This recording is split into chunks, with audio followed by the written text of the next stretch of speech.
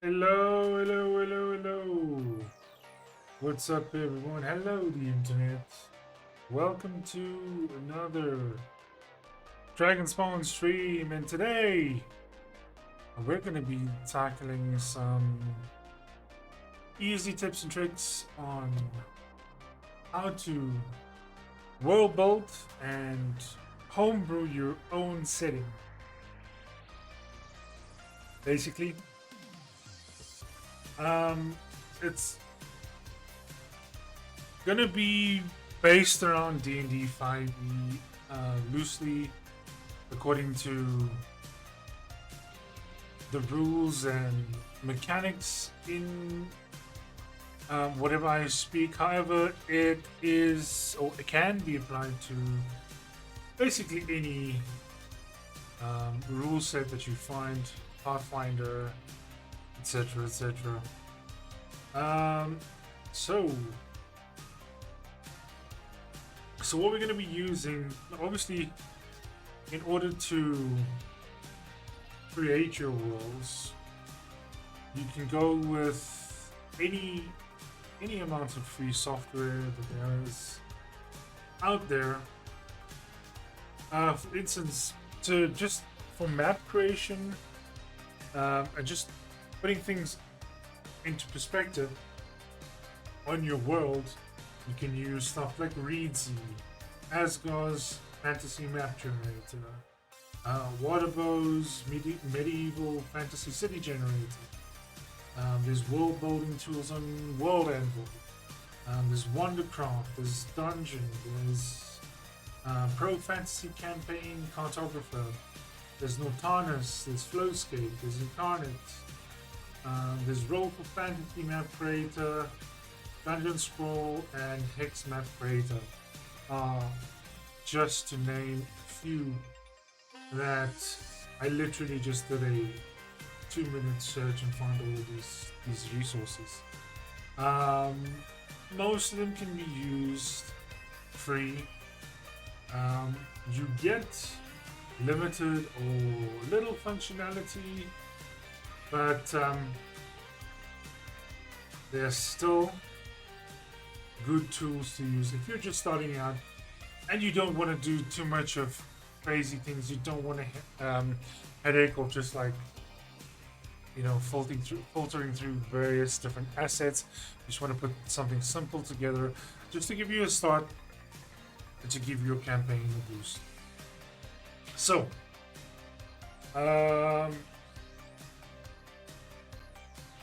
so basically for this one, I'm going to be using Incarnate and World Anvil. World Anvil I've used before, but I've forgotten some of the commands and features. And since the last time I've used it, they've come up with a lot more things.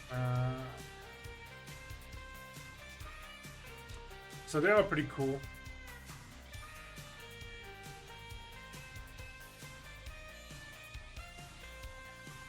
So let's have a look. Yes, I'll be using World Anvil and Incarnate. Now, I do have a paid Incarnate account on the Pro tier. However, I'm going to be using just free resources, just the free assets to build us a rudimentary and start off world, so we can actually go from there. But before we get into it, so when you're starting a campaign, some of the big questions you generally ask yourself is, do I build a crazy big world map with all of these cities and predefined places and all of the rest of it, or do I start with a single town, a single city, populate that, and then go from there? Well, I would say going with the large scale map, building everything, building your world, and building all the towns and fleshing out everything is just too much of work. Or you maybe going to run a campaign and your players are not going to even pick up on specific areas or not even visit. Whereas building a small town, um, immediately you can throw a few plot hooks, throw a couple of encounters. I would say up until maybe 5, maybe pushing 10 sessions if you're basically railroading them to the one town, you can stay in the small city. Eventually, then you'll have to expand, and sometimes that isn't the easiest because when you start with one kind of city, kind of painting yourself in a corner where you totally flesh out the city. It is all populated, it has a sense of history, it has a sense of being lived in. But then your players want to do other things and explore, different towns and different areas. So then you got to do the same thing over again and then flesh out this, and then you got to create these specific things. Unless their perception is poop. That is very true. Hey, what's up, Blackhorn? Thanks for coming in, man. So, the answer lies somewhere in the middle between starting small or going big. My specific idea is start off big, build an island or a continent or something that is on a larger scale. Nothing specific, nothing too in-depth, and nothing too fleshed out. You start building it that way. So, first of all, we're going to head over. So I do have essentially a paid incarnate subscription. However, I created a brand new one. You see, it's got an upgrade to pro, and I'm using the free resources.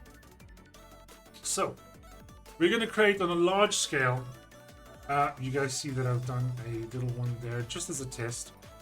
But we're going to create on a large scale. We're going to put all of our concepts down that we specifically want, and try and leave it as vague as possible so we can fill in the blanks after the fact.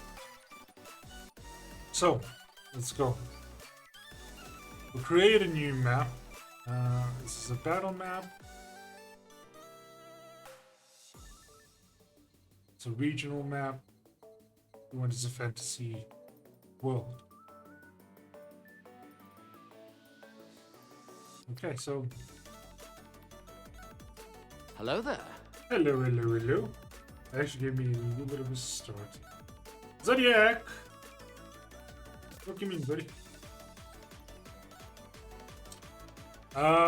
So, unfortunately, the only resolution that it does give you is 40 by 30 tiles and a 2K resolution. 2K is more than enough. Is absolutely more than enough. So we'll use what they give us, and we'll start generating a map. The one other thing I did mention previously is Asgar's map maker or map generator. Just if I give you an idea, if we just go to the site, it automatically generates a large scale map for us. Right? Okay. And this is on a really, really big scale. So, we don't specifically want to go this massive. But this just gives us an idea of what we kind of want to go for in terms of the shape. Oh shit, you don't feel the best? Dude, I thought you were supposed to be resting. This is Europe. What kind of fucked up Europe is this? I can kind of see the Netherlands type of thing. Hey, Dark, thanks for coming in, dude. I appreciate you, buddy. Where's the boot? The boot is kind of... Well, I don't see a boot, dude. Unfortunately, Italy's off the map.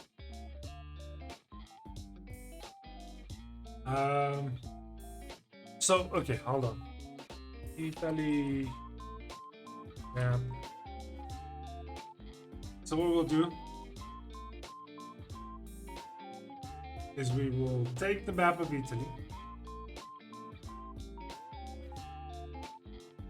and let's create a map of this. Okay. How are we gonna do that? I'll show you. Simply, we're going to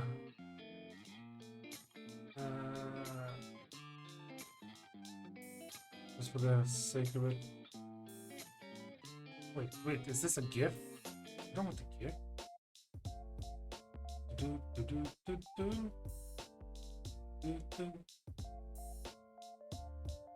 What's announcement? Yeah, this is decent.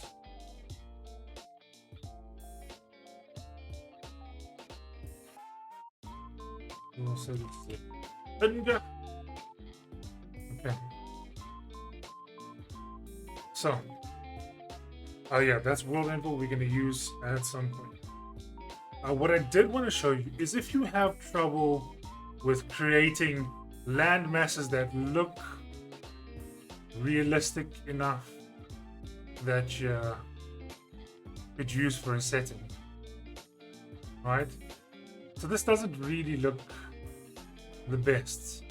What you kind of got to do is you got to put it there and just begin to carve it out just a little bit. So it starts to look a little bit more rugged, but whatever the case is, yeah?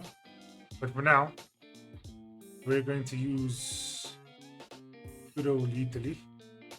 Italia. What did you see, Zodiac? Okay. How we do this is we go to our free assets. So you can upload your own. Oh, god damn. That's unfortunate. Upload pro version. So they took the upload away from pro version. Let's try this. Can we upload an asset? We can upload an asset.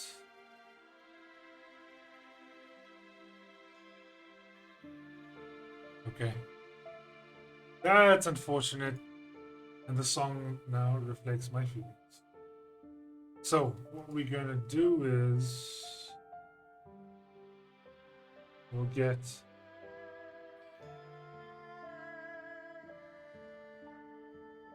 we'll try and get Italy back up here.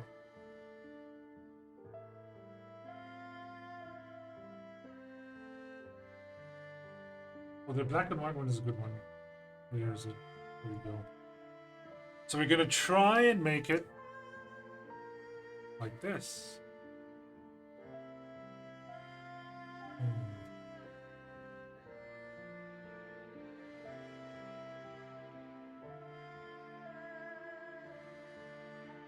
Hey, dude. Yo, buddy, thank you for this subby.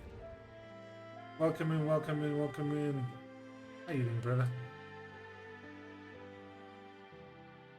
So, we'll use the map of Italy as a reference and as a guide. So what we do is we begin to add some landmass.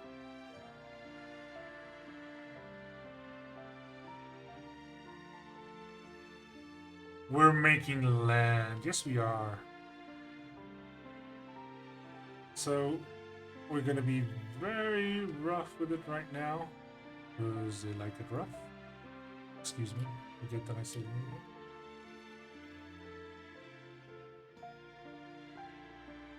There's the toes of the boot. There's the heel of the boot. And there's a mass of islands out in the center here.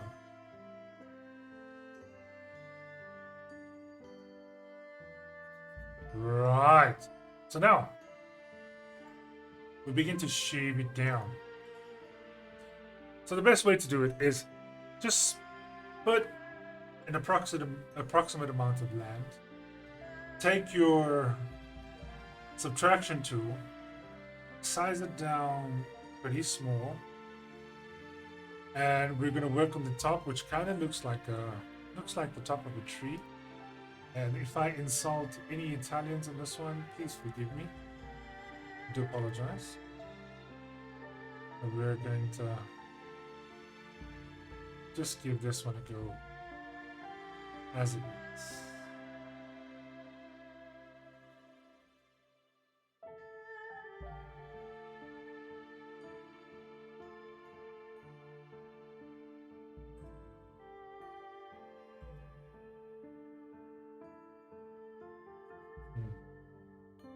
It's kind of a deep pocket here. One over here.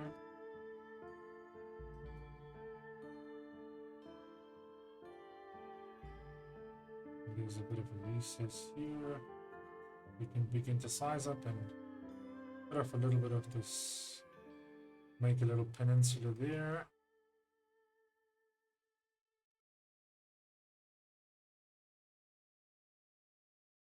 Do that.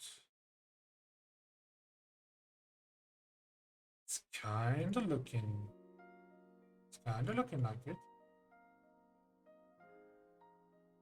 So basically what you do is just a little bit of roughness on the outside to give us like the general shape, and it'll start looking like a mess. Or not a mess, a land mass. Excuse me. Just got that little part that goes there. We come down on the heel.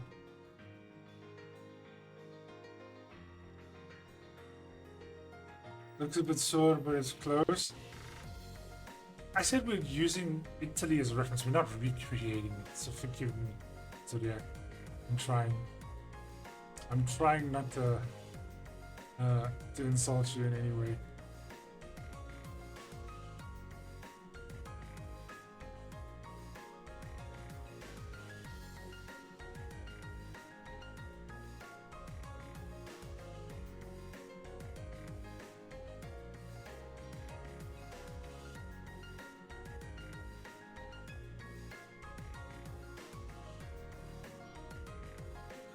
Ooh.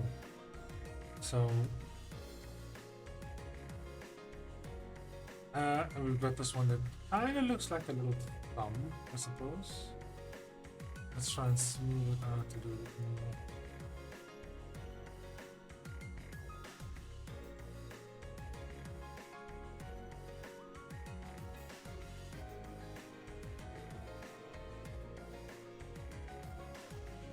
And there's that kind of exaggerated heel there, right? Yeah. The subtraction tool is what actually makes a landmass look like an actual continent or island or whatever you're trying to make. So we're gonna give this one a little bit more of a boots there.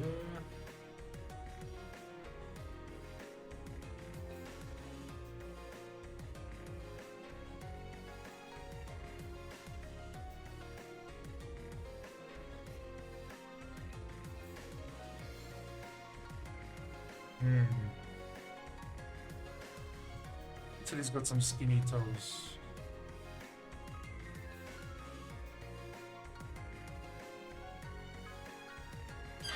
Okay. And we've got to now shape the land mass of here.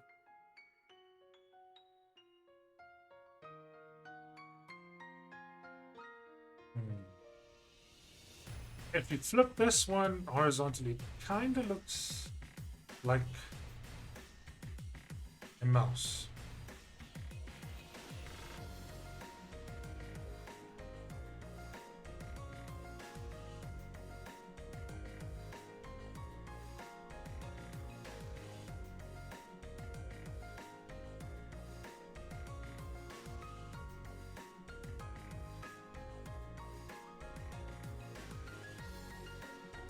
I know it's not part of Italy, so yeah, relax.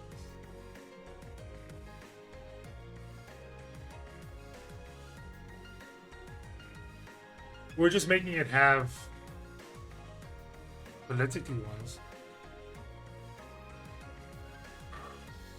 What is that? Sardinia. Okay. I know this one is.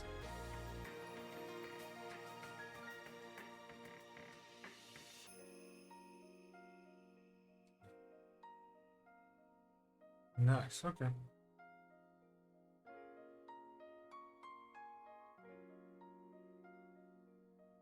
The other one is positive. Okay. Okay. I get you. Yeah. That.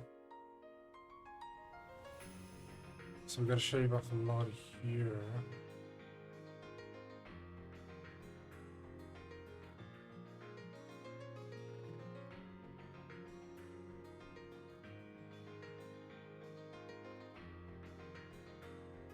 And to this one, we're gonna add a little bit.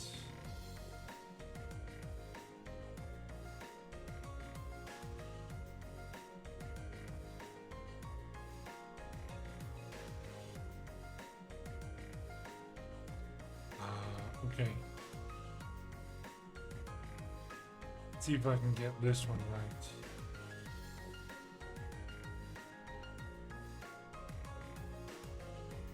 It kind of looks like that, right? No. Kinda.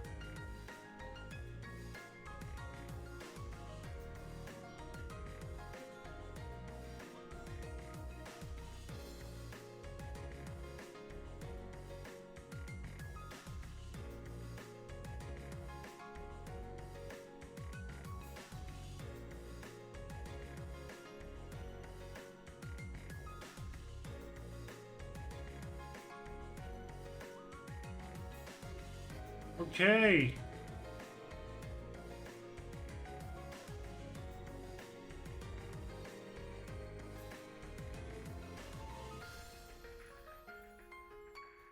Welcome in, Calvin.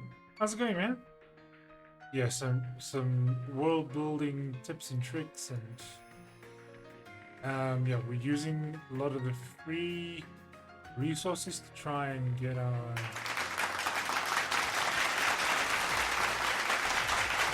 Hey, thanks, Zodiac. I appreciate it.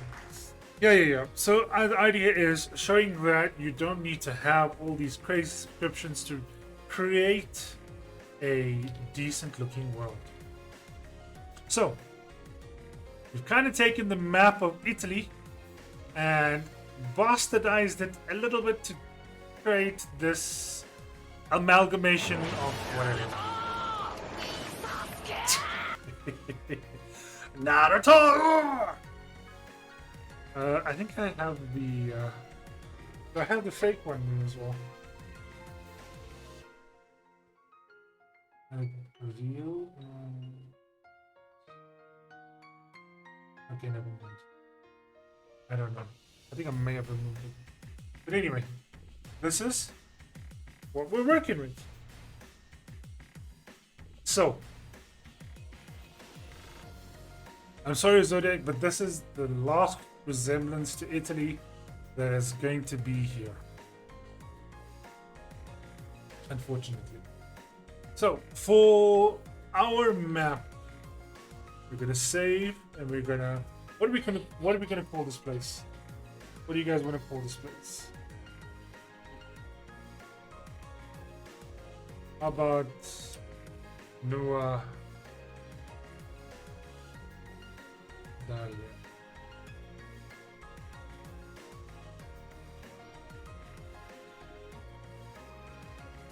Saving cancelled?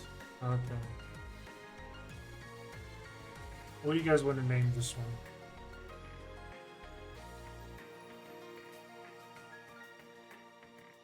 No Atale? Yes. Precisely.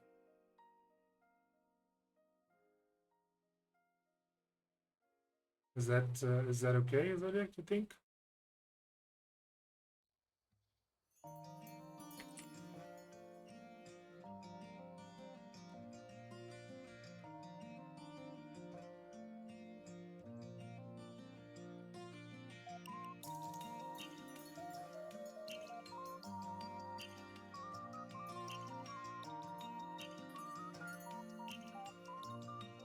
Just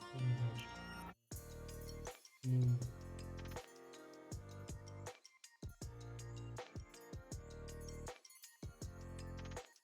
Pentagram Wasabi. Seems fitting. Unfortunately, my model won't let me do the hands, but I'm doing the hands for you, Zodiac. Does not show the pinched fingers. Okay, so yeah, let's do it. Noah earlier. Save.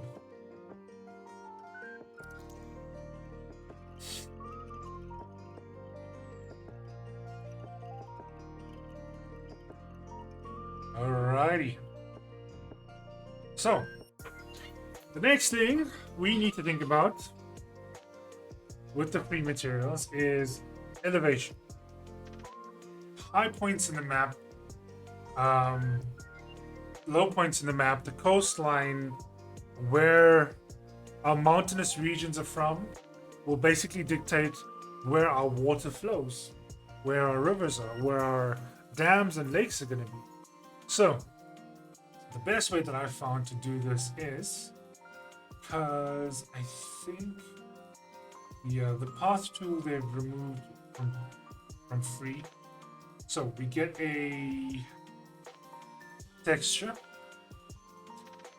very light, very soft, a little bit opaque. And what we're going to do is essentially map out our waterways. So waterways generally stick to the rule that they flow, always stick to the rule. They flow from high to the coast. The best way I found that you can do this is actually start at the coastline and map it up and just do some sort of squiggly line there, there. And obviously these kind of branch out, but not all rivers and lakes reach the coast. They kind of branch out like arteries on a heart. We can take this one down here. It branches that way. This one goes all the way down here because of the elevation. That one down there. Let's say that one comes out here.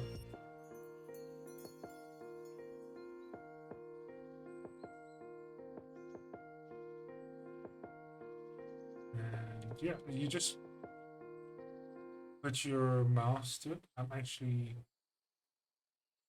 just letting my hand flow, and it's going to make your waterways. It's gonna look kind of natural. And different sources can connect to the same paths. And we'll have one run all the way down here. So these are basically going to be like our rivers. It's a little bit smaller, maybe a little bit more flatter. Generally, your islands or continents are a higher altitude the further in you go, which is the idea for this. Just make it Crossroads there. There. Okay. So it's fairly light. You'll see why now. So, we've got these lines that all kind of run up into one direction in the center of the map, which kind of give it this sort of heart shape or heart vibe where all of these things kind of connect and vibe with each other. So the next things we're going to actually look at is putting down some mountains. So let's check on our free assets, please. Okay. Unfortunately, we have only this. Hold on. They took the compasses. The compasses? Really? They made the compasses paid. Bloody bastards. Okay. So, it looks like we're working with a little less than I thought. But that doesn't matter. We're still going to make it work.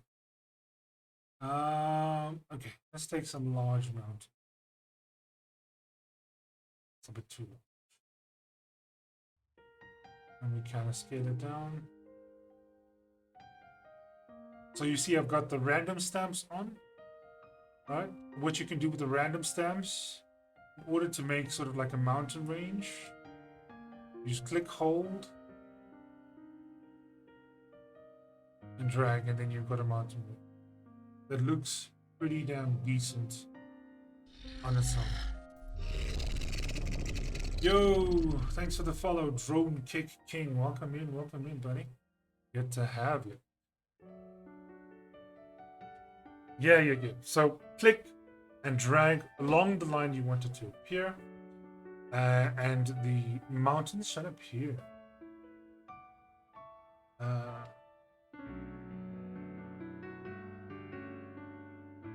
Welcome in, and Drone Kick King. Give you a shout out, buddy. So that's the idea. We've got these mountainous ranges which look. You're working in current right now. That's awesome, man. So the idea I'm taking the chat through is basically, if you want to GM and you don't want to spend so much cash, you can use all of these free assets.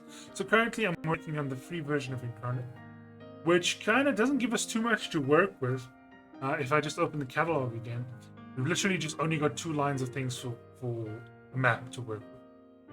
So we're going to do the best we can and make it and flesh it out as fully as possible. So, okay, so we've got a little mountain range. It looks good on the map. We'll scale down these mountains here. Okay, so what we want to do is have these little watermark lines that we've put on here that looks like little arteries meet up with the mountains because water flows from high to low. And there's a little mountain range there. We'll come. We didn't do any down here.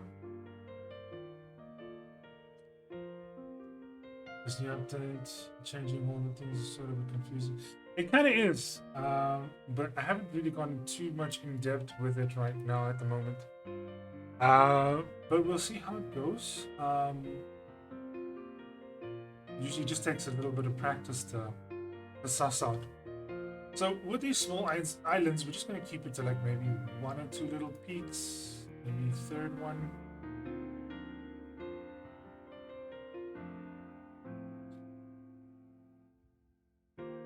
Building your starter down.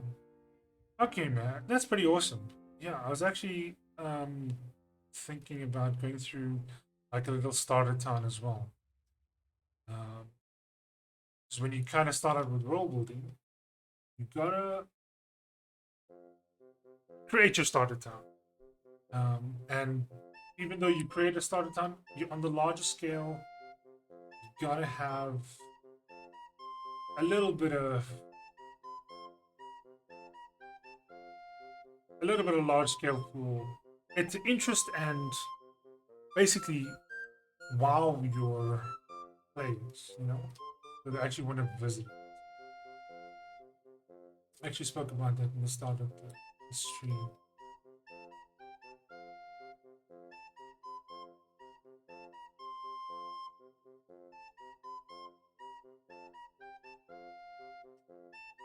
I've been working on my overall homebrew for Worlds for a bit and just need the maps for starting area before you can move forward. Yeah, definitely. Look, like I was actually saying at the beginning of the stream as well, or referencing, even if you just create a little town, just a few things that can engage your players, they can basically give them a little bit to run around for. You'll keep them happy for at least 5 sessions, maybe 10 if you're stretching, right? But further than that, you got to like think bigger picture. Okay. So I think we're done with our mountains. They look pretty decent. Okay, so best thing about Incarnate is we go select all. Excuse me. And group. Call these mountains. Okay, so whenever we need to deal with mountains, we just go into this little group and edit it there so it stays on that specific layer. Okay, and once we out of that layer, we don't just okay. We're gonna lock it. Yeah, so it doesn't just move or we don't accidentally delete it. Cool. So now we've got a little mountainous area. Depending on the player's choices, they might spend like 1 session or 2 in starter time before the main game plot hits. Okay. Yeah, no, I get you.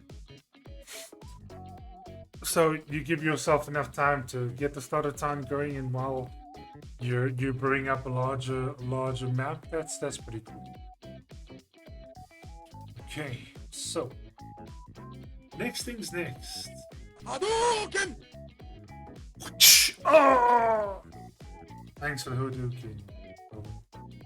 Alright, so unfortunately, the path tool is what I used to use for pathing rivers and streams because it was so much easier. Now, with this, we've got. Okay, you'll see why. I'm gonna tone down the roughness, leave it smooth, tone down the size completely. Then we're gonna start eking out and creating our rivers. So we subtract. Just want the town to get a bit of exploration done and for the players to possibly have a reason to care for the town's focus. Right. Okay. Nothing makes players care for the townsfolk than putting the townsfolk in a threat. As maniacal as it may seem, that is essentially the best way. So we're just going to take it there. And Incarnate does this wonderful job of cutting it out and giving it these little ripple effects. So, actually, I wonder. Ah, there we go. That looks decent.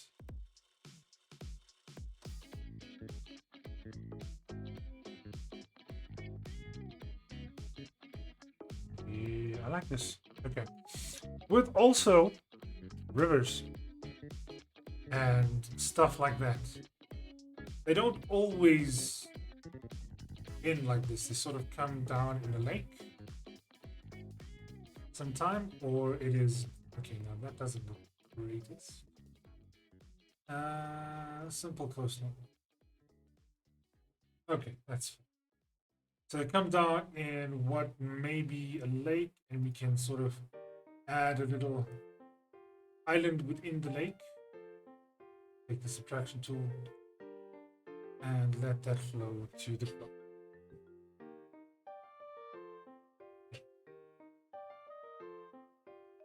We're going to do the same here, just following our lines.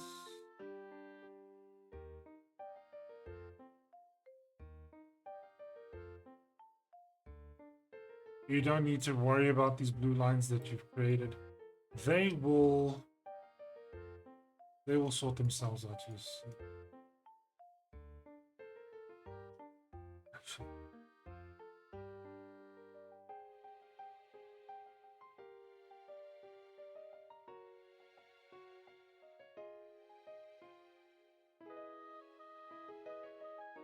Okay, yeah. So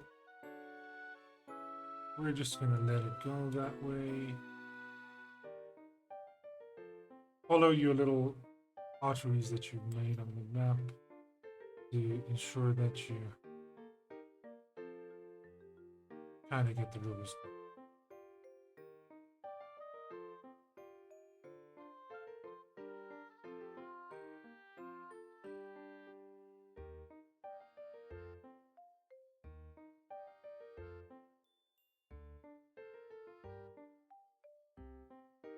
This one's actually looking like it's cutting the entire continent a little bit. I might just...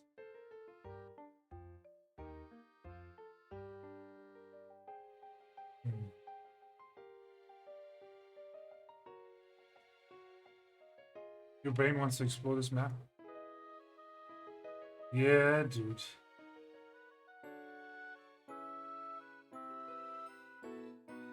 So I'm just going to leave that there, there.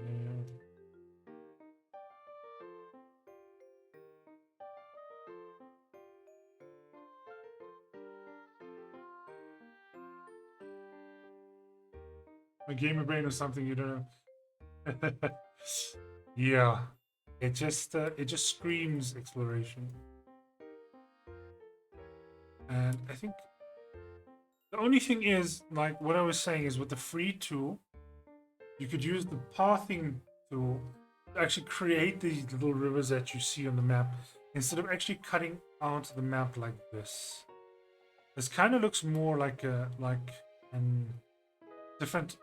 isle of different islands that have just kind of popped up. So what I'm going to do is I just might hold back and just decrease the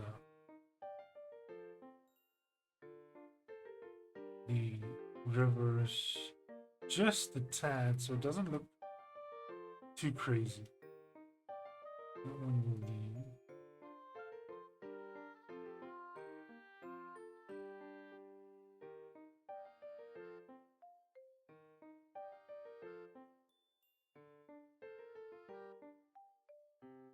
Okay. That kinda works for me. Just touch up a little bit.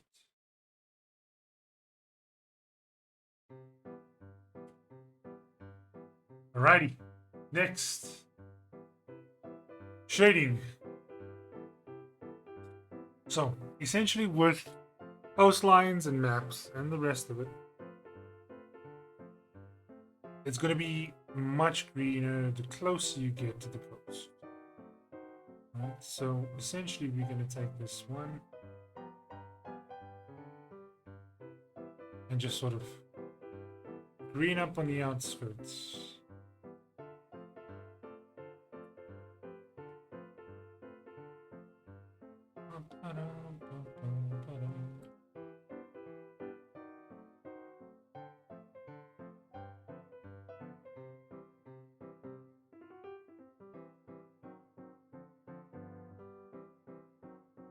This is just making it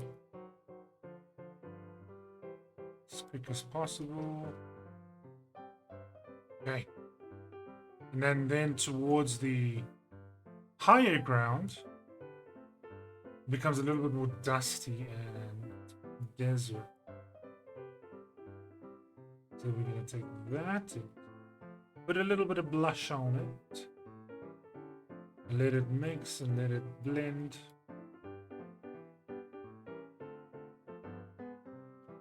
With your surrounding textures. You can make it a bit smaller to tackle this one.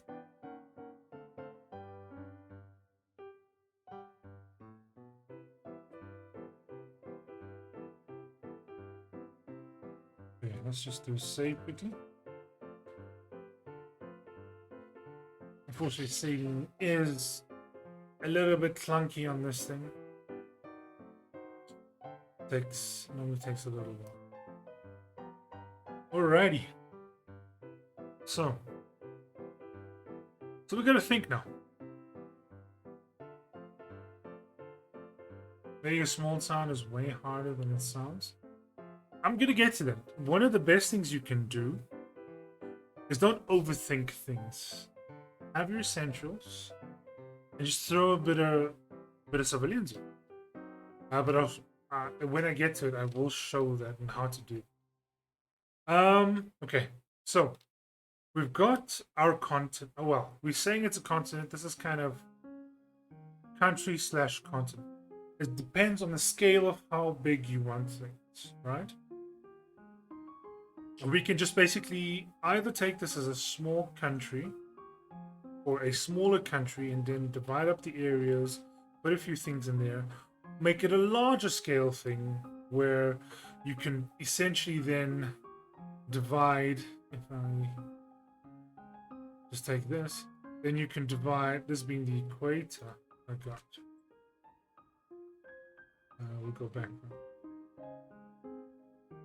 This being the equator, you divide that in half. That's not quite half. Divide that, and divide that. And then what you can essentially do is have 1, 2, 3, and 4 different seasons that you can adhere to according to these lines.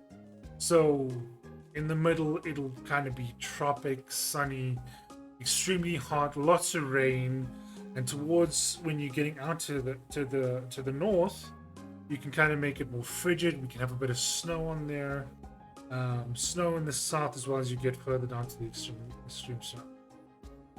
Even locate desert areas. Exactly. So the desert areas, yeah, we can make a desert area along sort of that northern area, around between the mountainous areas could be an ideal place for desert. Yeah, so that could the desert would be on like a plateau as well. So the idea we're taking Nuova Italia and expanding into a continent. The continent of Nuova Italia. So, while we're on the background, what we're gonna do very quickly is we're gonna texture the water. So we'll get that out of the way as well. Okay. Let's go with a darker texture. Scale it down. Soften it up a little bit, opacity. And the more deeper areas you can sort of darken, depicting the change in depth.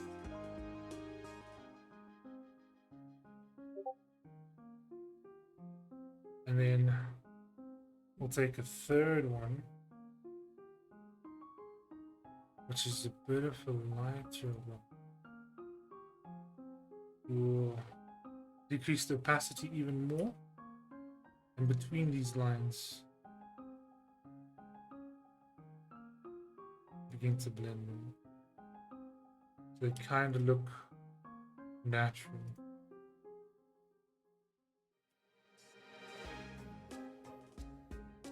You can lighten up stuff near the coastline.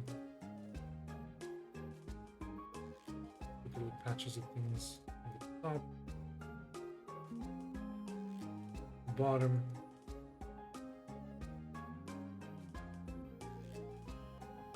Alright, and then we've textured the water. So the other thing I want to do is let's try and figure out a fix for our freaking compass. So like I said before, this is the only assets that we have in free. The only thing that we could use, I'm thinking, is this. It just says markers.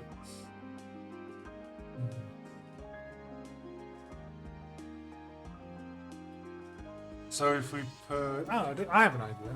Okay, so scale up this marker. We'll put it up here. I want it large. Here. Another marker here. This one we scale it down slightly.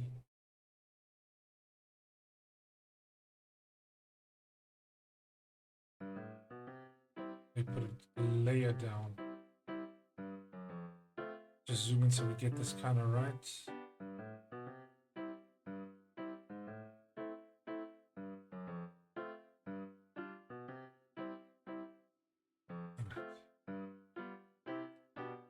Do that way.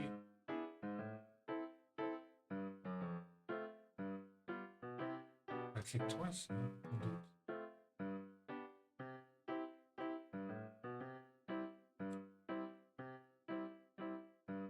That way.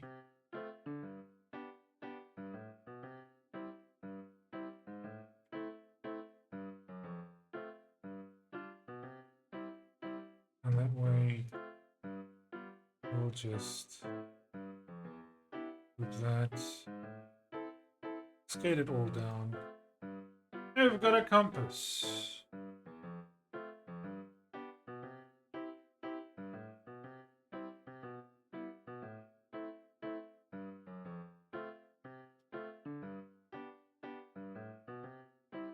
And we can, what we can do is,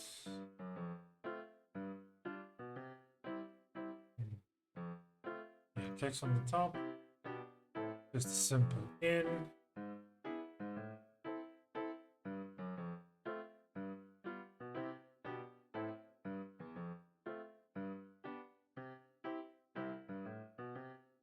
Awesome.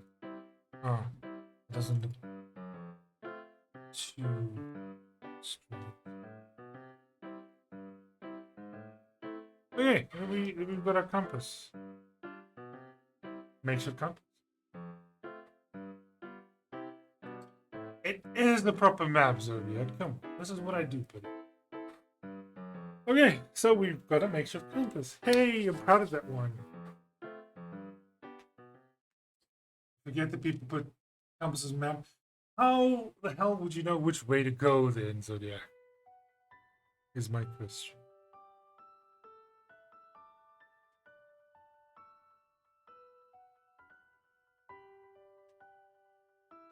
Okay.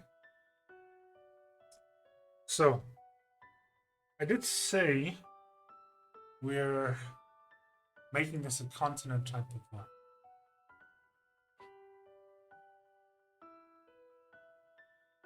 So the next thing I want to do is okay, perfect. We've got this. So in the center,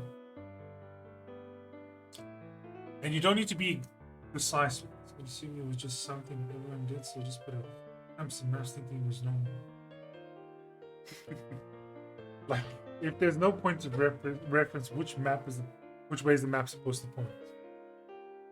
Is kind of what you get. Which way you're supposed to hold the map. Yeah, but whatever. So you don't need to be too meticulous, methodical with it. Just because it's the center, we've got the forest here. Here. Like I said, this is going to be like the more temperate climate. I gotta get rid of these. I'll move these trees from the center of the ocean.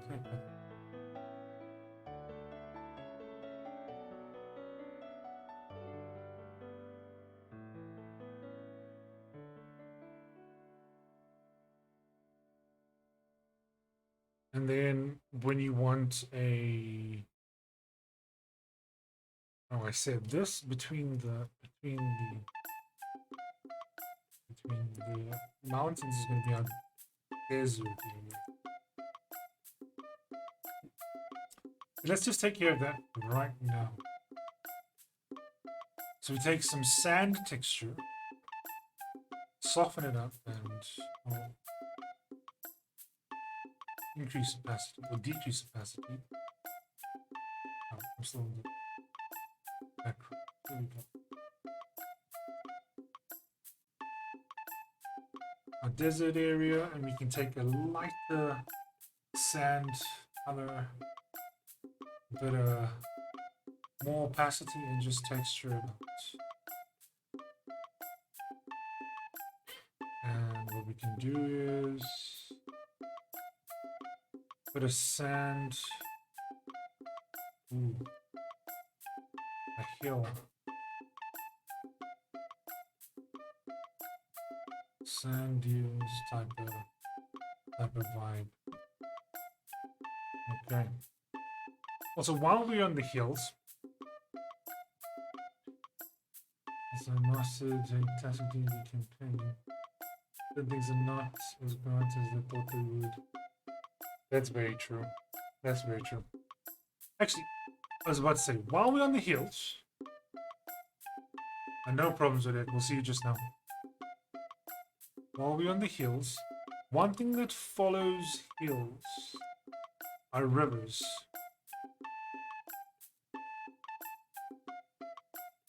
Okay, so we're going to make a smaller set of hills around this area. Around this area. It's just a simple click, hold down the left click, and just drag along the points that you want to place the hills on. So we're not going to make it too incredibly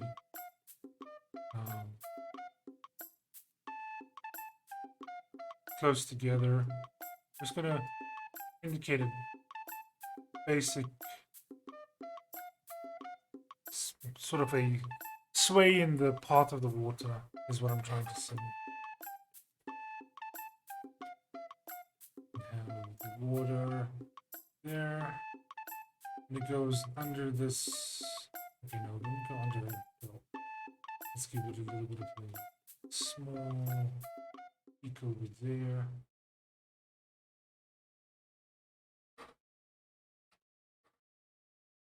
And then we can get it.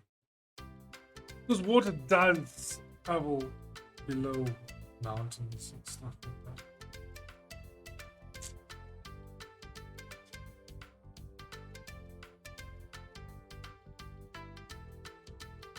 Okay. Then we have a couple here.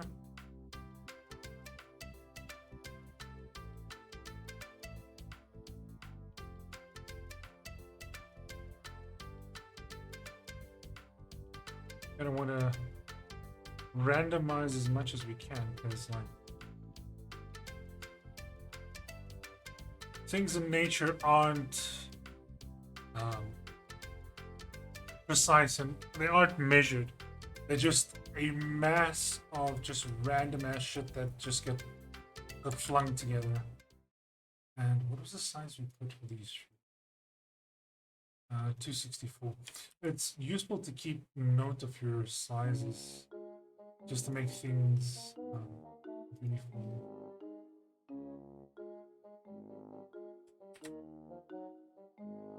Okay, so I want to try to make a forest somewhere. Let's kind of make it on this end here. So the strategy that I found with making forests is put as much as you can of these trees, different strokes and whatever.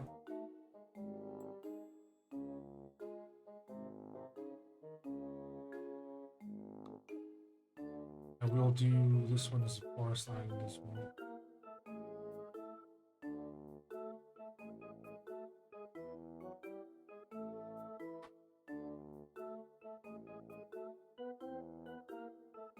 be sort of like uninhabited, whatever. Then you come back in. You start leaving. Clearing up some areas. Kind of just makes it look a little bit more random. Okay, that was too much.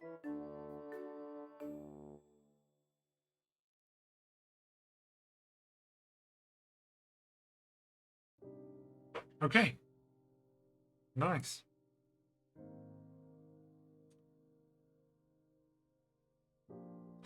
Then quickly go over to our snow textures. And let's make it larger.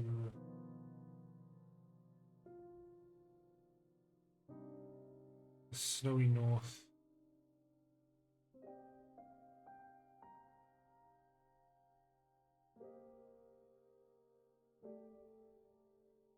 Now, those little hills that I put in there don't work anymore.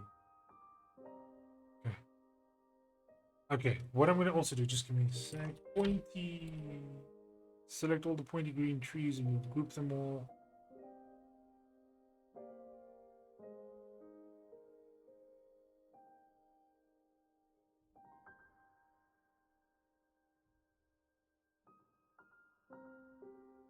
Let's just select all the hills and group them.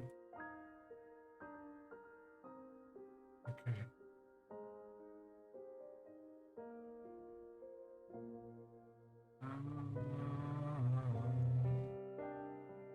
And this one. Get rid of for now.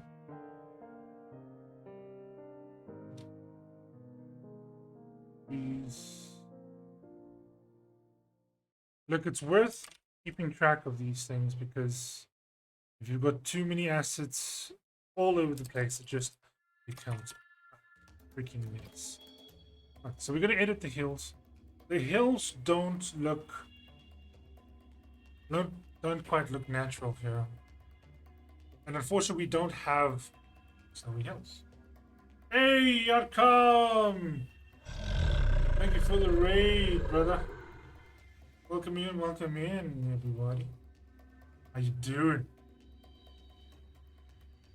I'm just gonna change this BGM because it's kinda intense. Okay.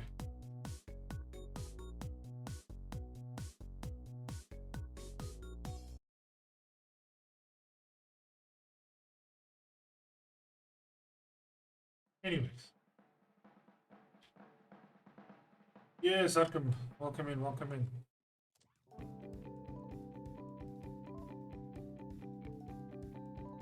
A little tired. Take it easy, man. Have a break, have a rest, grab something to eat. We were streaming for quite a while. Grab some dinner. So now, unfortunately, we don't have access to our snowy hills, so Dark Souls boss appeared. Yes, the Dark Souls boss, my brother. We will fight to the death. And unfortunately, I've already won against him. The bigger brother always wins. But in order for us to get a bit of feeling or depth in the map, we're going to use these snowy little trees. We're just gonna wait. Oh, why am I doing it? No, I'm doing it in hills. It's exactly why I didn't want it. So there we go, trees. Wait, just randomness.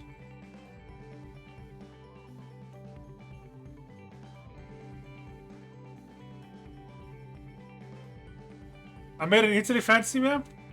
Hello, Bear! Yes. I made an Italy fantasy map. It's not exactly Italy. That's why I called it Nuova Italia.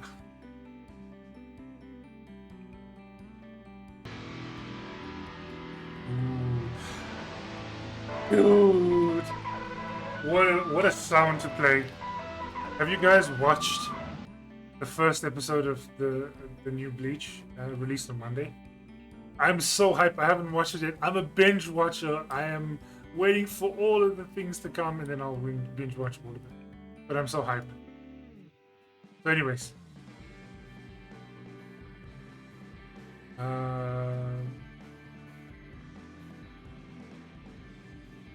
There we go. So we've got some snowy trees in the north. And we'll make Sicilia also a little bit snowy. Not technically Sicilia, but and there or thereabouts.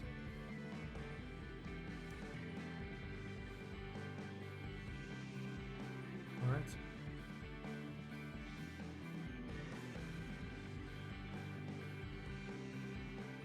Our brown hills don't work anymore. So we gotta get rid of these bad boys.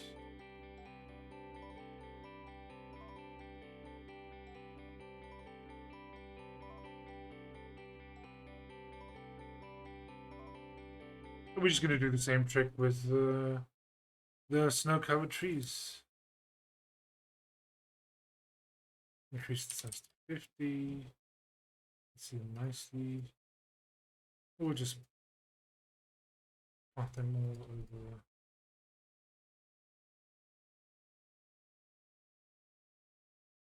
over the spots.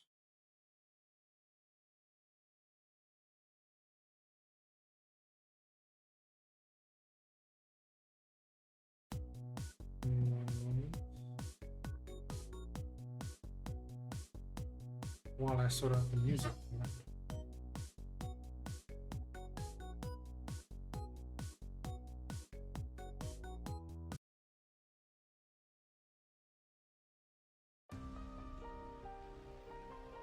Okay. I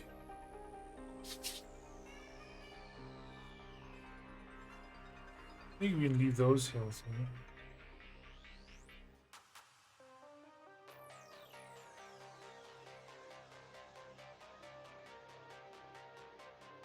Just give this a little bit more volume of trees to give us the idea that there are little snowy forests in and about this area.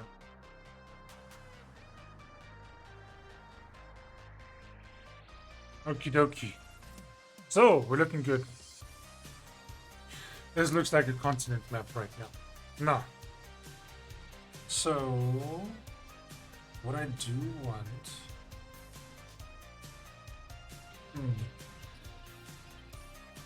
Bit more green tree.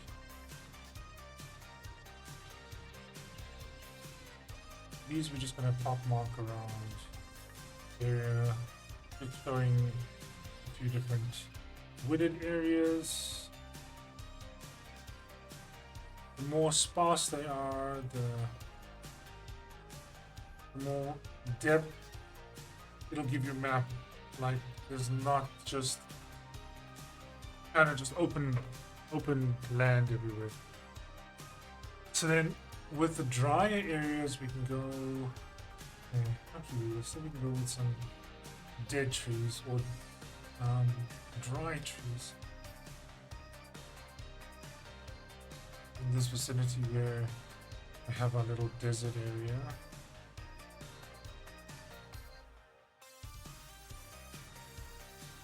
We have more along here. This is where, like, as you go higher, water and stuff, they pull and go downhill, which is normally to the coast. Higher up, we're going to have a little bit more dry areas, a little bit more less water, a little bit less vegetation, which is where you'll find these little trees that have gone brown. Okay, we can put some on this little island. What I would love to have some snow-capped mountains right now. You know what I can do? Because...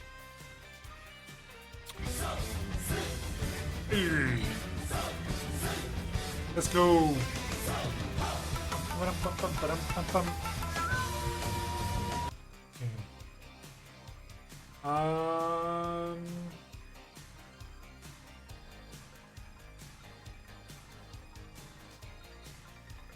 Right. Okay. Give me a second. Just thinking. Okay. We're gonna lock all of this in place so it doesn't move. Go into the mountains. So we can begin to edit the mountains. What I'm gonna do here is select and flatten to foreground.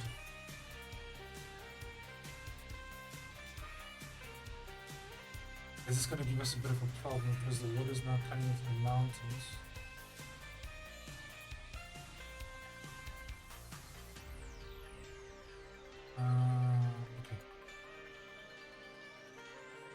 Okay.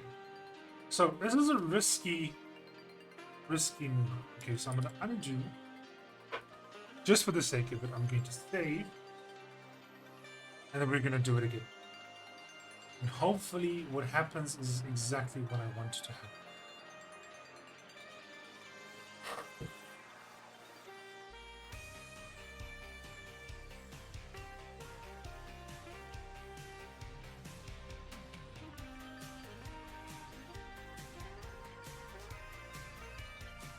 Yeah, when it's saving, it's not the fastest in the world. It's my computer.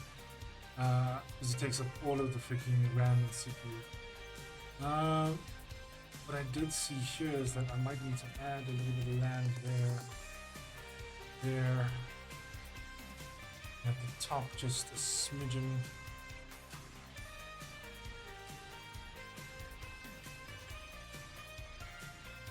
Okay, so how do we get snowy mountains? Snowy mountains. Let's go to our mountains. We've selected all, and I've shown you already. We're going to flatten to foreground. Flattened to foreground. What we're going to do is we're going to come back in with our snow texture. Let's go. Yeah, we'll go for the very white one. And we're going to go all the way in and size it down. We're gonna make it, say, 30% opacity, and we're gonna paint our snow on the mountain.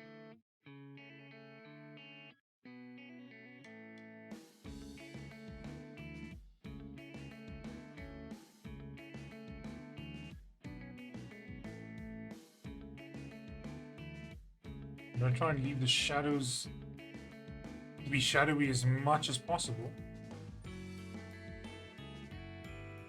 What I can do.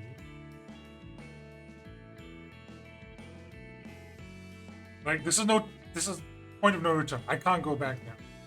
This is too far gone. Or I can just load the save, but I'm not gonna do that. So we've got the brightest one. We've got now a darker one. We're gonna come back in and try and texture it up a bit. This is not the greatest fix ever. But we have some snowy mountains.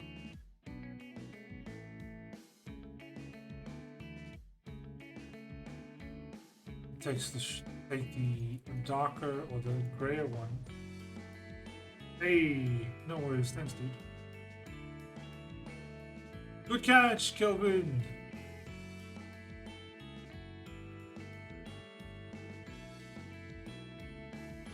Okay. And if we zoom out, we've got some snowy mountains. We can make some, on these ones, we can make some snow camps.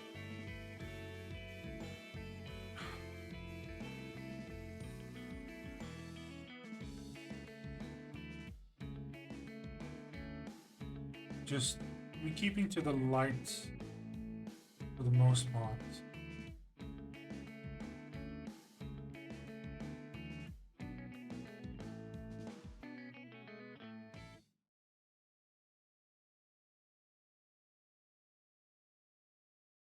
Just give me that.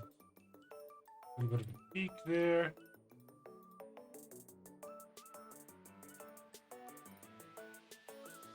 So the tree ended up on here. We'll sort that out just now.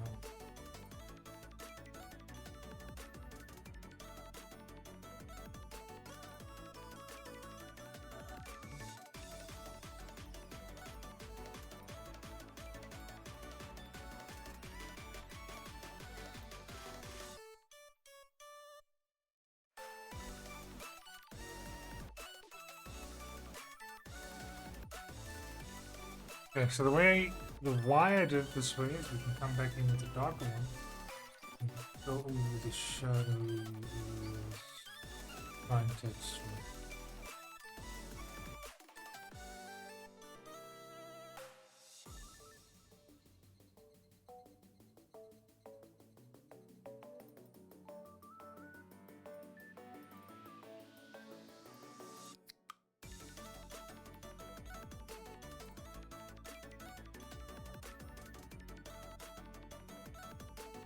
Okay, we take a third color, iron blue.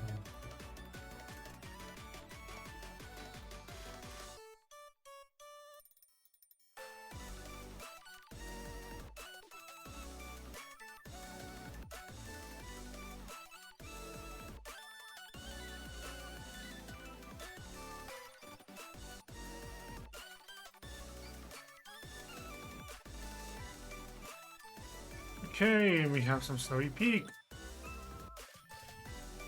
Okay. This kind of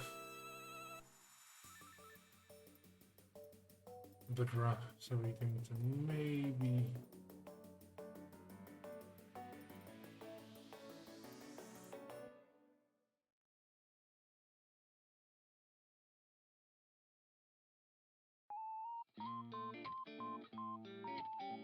do this.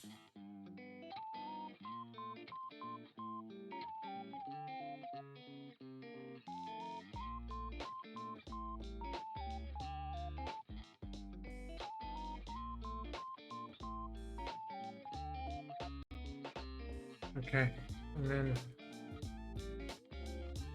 it is a little bit tedious. I do admit it is a little bit tedious, but once you kind of blend it all in, it looks a little bit more believable.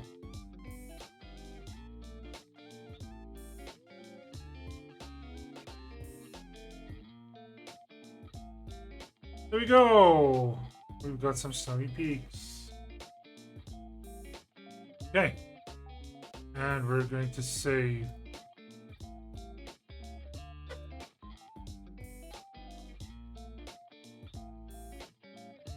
Actually, how long have we been going? That's about an hour, 20 minutes. But not bad.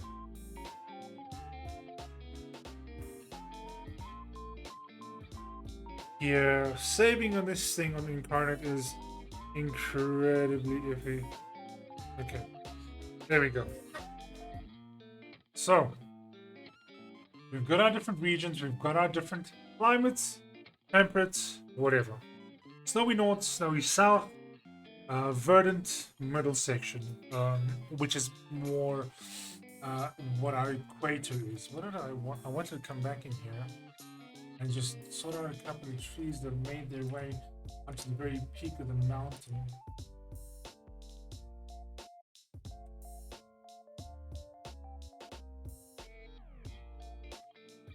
Okay, cool. So, what are we gonna do now? We're kind of almost done, actually. What we're gonna do now is we're gonna basically put our settlements. So, you can either use these markers however you want. So it has already it's capital 1, capital 2, city 1, city 2, temple, whatever. But I enjoy using these little things. So let's go human town. We're gonna scale. Let's see what 100 looks like. Scale 100. 75. Okay. So.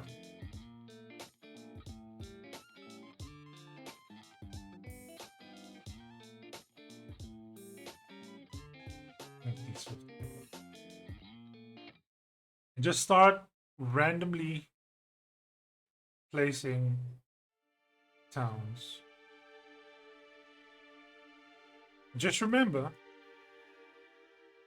towns came to existence because someone thought it would be a good idea to put one. No profound thought necessary.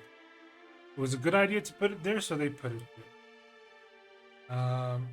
Also, towns near water sources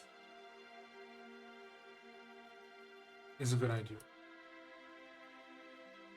We can put a sort of like a forest village in there. Have another forest village in there. Maybe one out here. Look, these at this point, look, you're building on the larger scale. You're not fleshing anything out. Maybe one there, and maybe one on this little island over here. Right?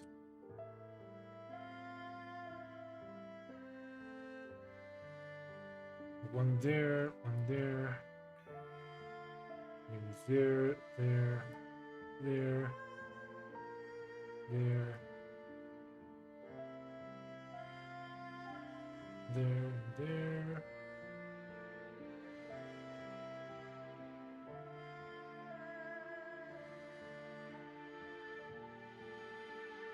And these are just little settlements that show up in and around the town, in and around the map,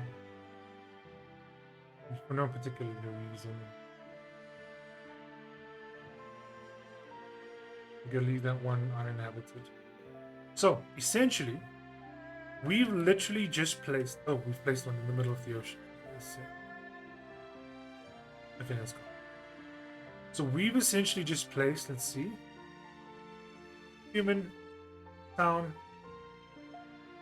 33 human towns. So those are 33 potential places for your players to go. So group these.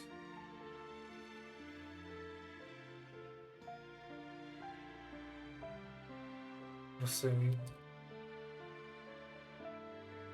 human towns. We'll lock them in. Alright, once your towns are done, we'll go for the large ones. Before we do, what I wanted to just put in here is we'll get the Orc village, which is kind of very tribal looking. We'll put it in the desert. We'll put a couple in the desert, right? So maybe on a mission, this town right here is being assailed by an Orc village that's to the northeast or to the east, and they conscript or hire the adventurers to take them out, basically. And then they go to the Orc village and yada yada yada. That's just another plot hook where your campaign could potentially go. Yeah, my English just disappeared right there. We go in the city. Fortified city.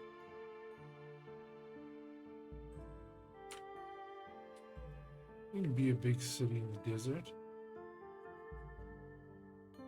You can move this Orc town all the way on this side.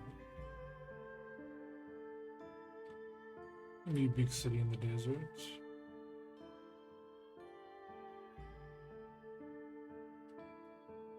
It'd be a big city.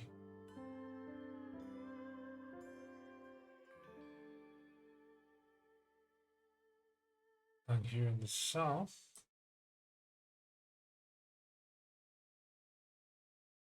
So move.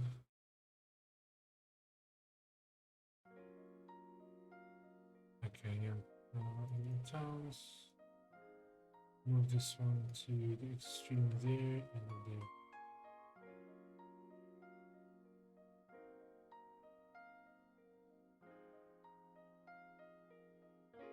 Okay. There's a city in the south. These we can leave as is. What I'm trying to do is each major region have a large city or a large um, gathering of people. We can have a fortified fortress over here in the mountains. There, you can say this is where your dwarves and whatever starting to look super legit. Yeah, dude, and this is just with the free material. I'm actually surprised, quite surprised myself. You could say this is where the mines are, whatever, you know, or where your dwarves mine. If we're going cliches, you know, we can have another fortress up north, which is the central fortress for the northern area. We can have another.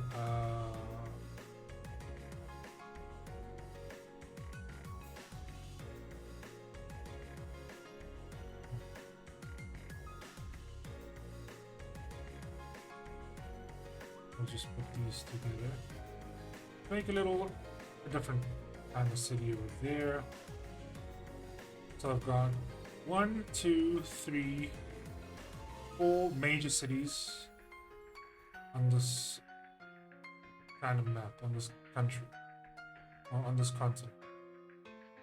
Which is the 4 major regions or areas or whatever you want to call it. Right. Okay. So what I'll do is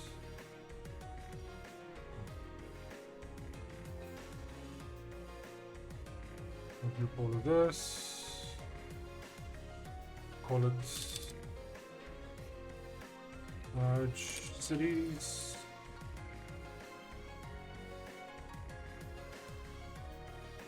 Okay. So then if you want to do what I did with the mountains to make it snowy, you can flatten these to the foreground and sort of just put a bit of white texture on them. But that will take you a little bit of time. I spent a lot of my time with that. Okay, so we've got the southern city, which controls this sort of southern area, which will be this island, and say this. This will be a cluster, a country, say this one. This sort of area in the middle will be a country as well. This area here will be a country, and the north will be a country. And I'll show you how we divide these lines or whatever, these areas up. So again, we don't have the path tool with the free option anymore. So what we're going to do is we're going to just take a texture and we're going to freehand it. I think one of the better textures to use is maybe we'll just take the black.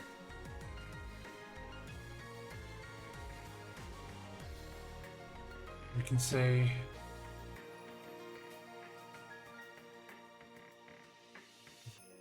this will be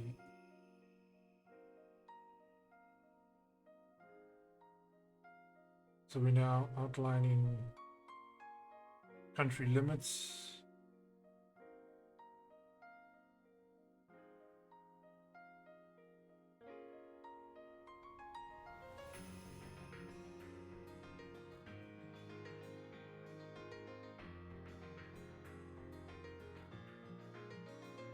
And so that's the north.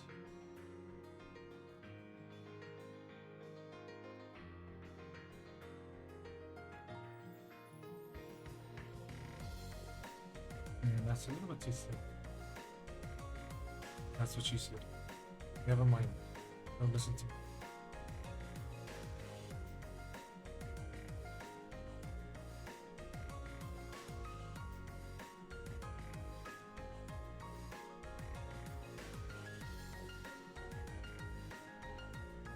Okay, we've got to texture this one up a little bit.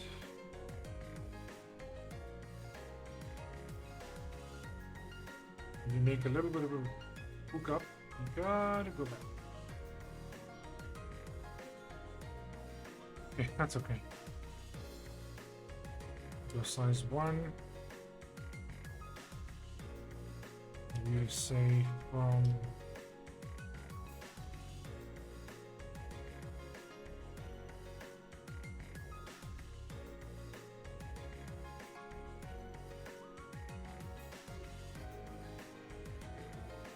here.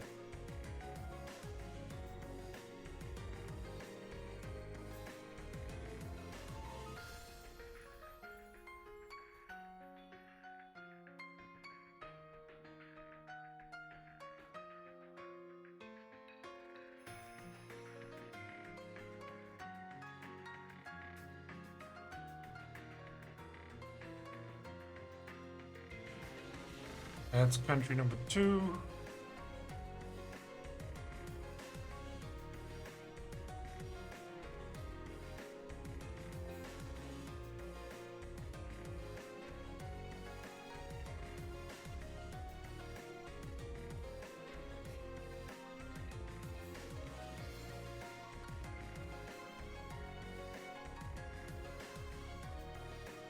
Country number 3.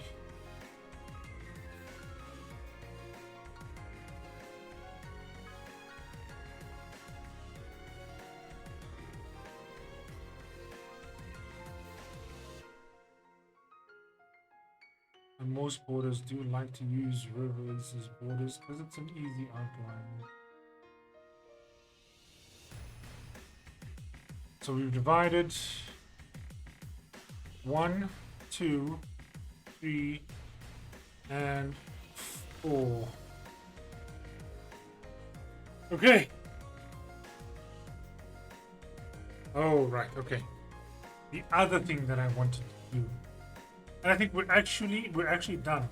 I think we're actually done. All right. We've already made this huge continent. We made 3 large countries. And this is perfect and ideal.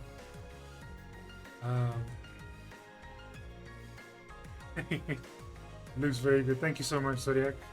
So, we are gonna stick on a nameplate.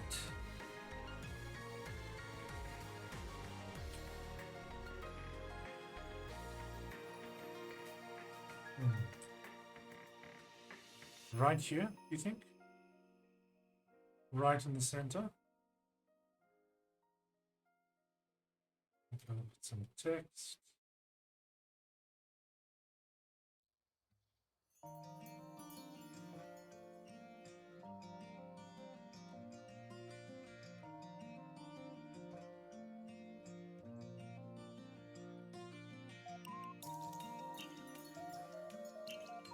We can outline maybe in white and fill in black.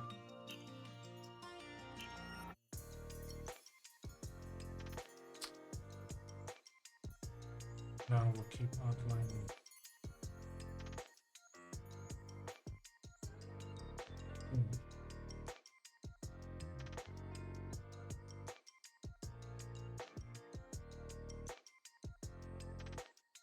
I do want a little bit of red.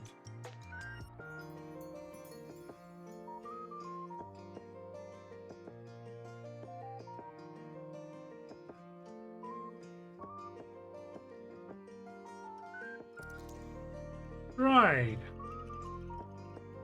We're done.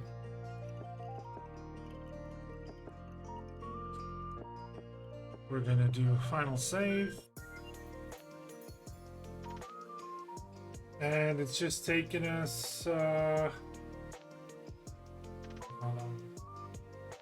say an hour and a half just to create the map using only free assets and textures on Incarnate. And if I do say so myself, it looks freaking cool. I'm just gonna group this one. Just call it that. We lock everything down. So everything is cannot be moved. When you want to edit, you go into whatever you're editing, or you start again. Right, we're done. So we will now export.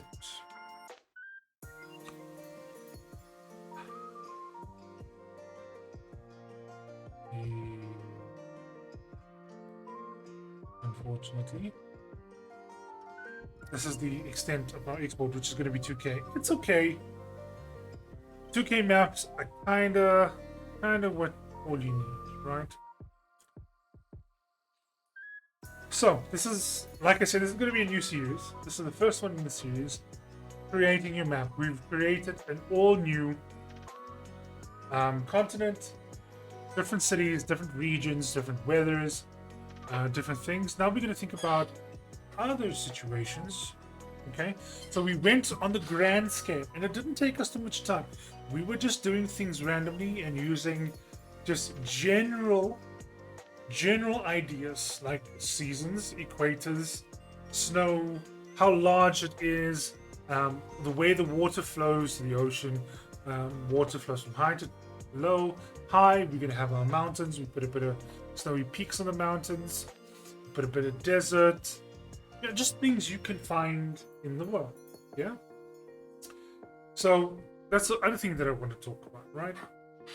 Is depending on your setting, this might be perfect for you. Right?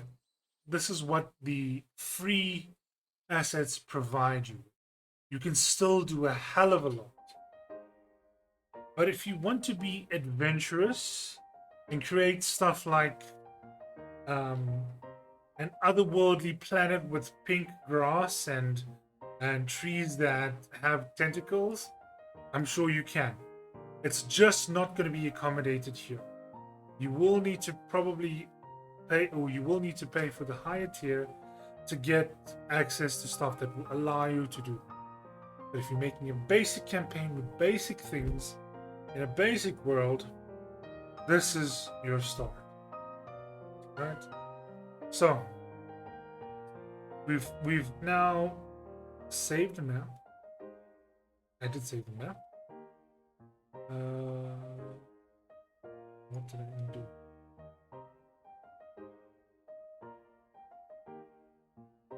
Okay. So this is the map. Oh shit! I did the grouping for the nameplate. Okay. Done. Save one last time. So your map done, dusted.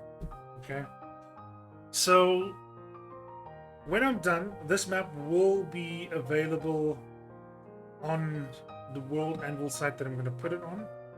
I'm going to post it on Twitter. If you want to use the map, you are free to do so. It is free to use. As you can see, I just use free assets to create it, and you can pick it up and try and use it. This is Nuova Italia, the fantasy version of Italy. Courtesy of my very close Italian friends and also streamers. So yeah. Cool. Yeah. So here's the other thing. Okay. We're gonna go to World and let me see. I do have some time. What I'm gonna do, they asking or getting you to buy the membership. It's 40% off annual memberships, but annual memberships cost a couple of $100. But anyway, give me 2 minutes. I will be back. I just need to run to the dark room. We'll leave you with the soothing sounds of my BGM. Now go away.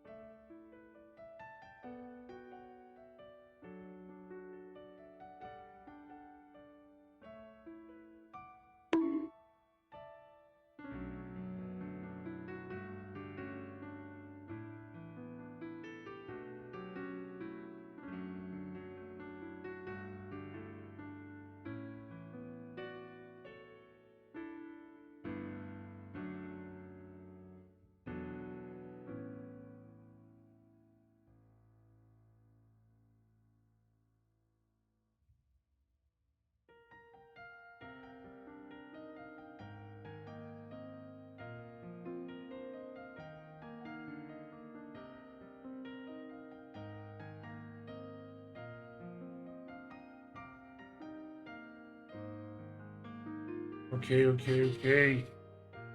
I'm back. Calvin, you bonked me? Oh, thank you. I'm just kidding.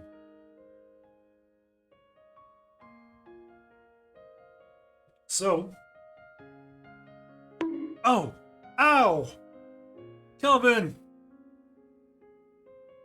Okay. It's a wild Jigglypuff.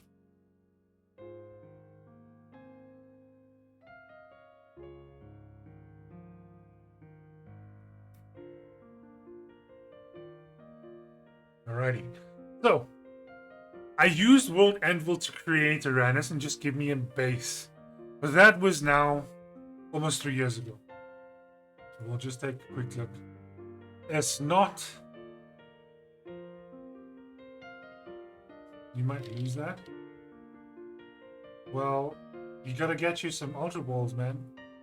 So this is Uranus.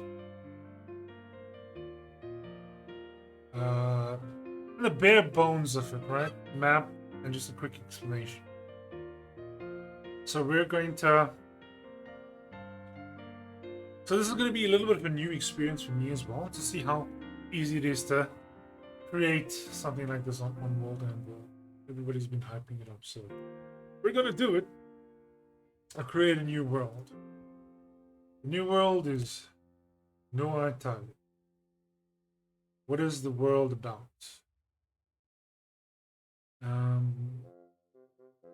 We can come back. That's. You caught the damn thing, Calvin. God damn. Okay. What's the world about? Optional. We're gonna skip that for now. We're just gonna create the basic categories. And we're gonna say dungeon. The writing is in black. This is okay. Save and proceed.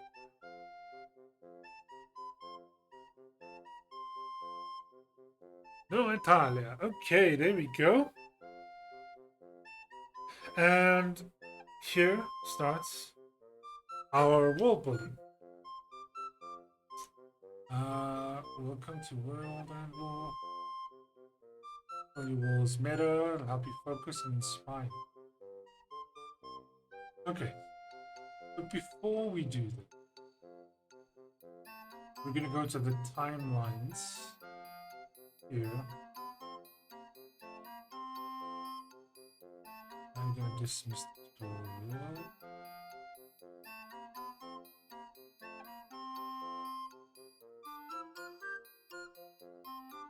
Adventures of Nurtania Chronicle. Also create a new timeline.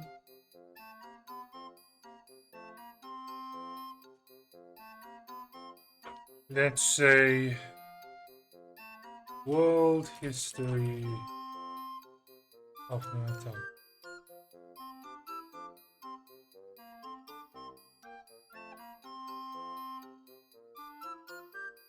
Description.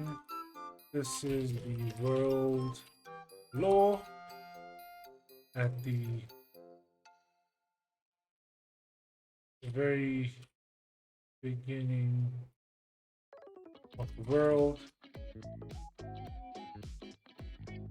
until recent times. Okay. Recent times.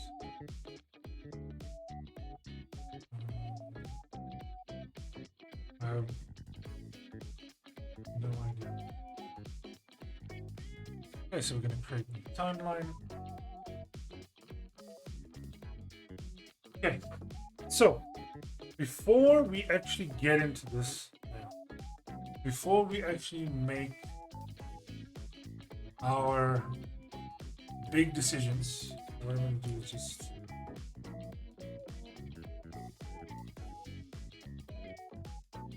oh no.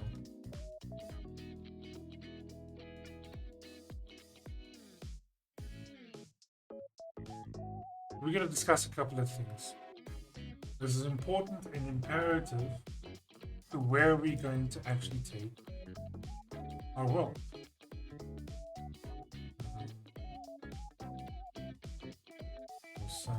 3.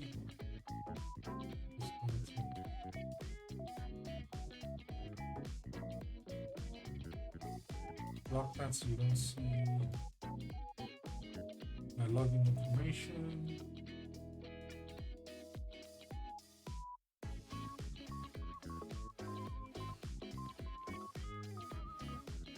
Lucidchart is pretty cool for just general whiteboard stuff.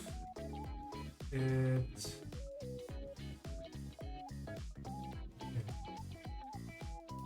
that's okay.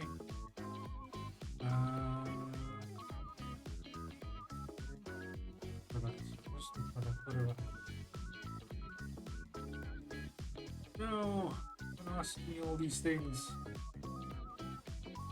You.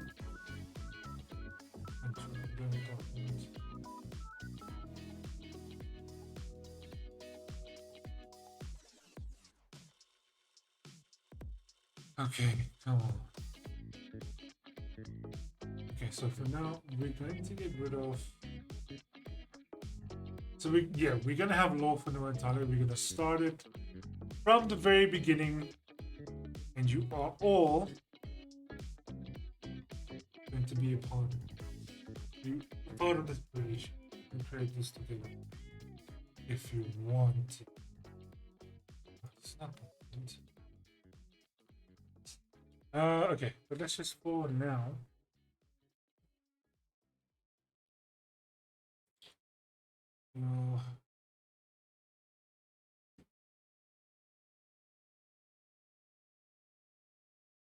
Upload our no Italian map here.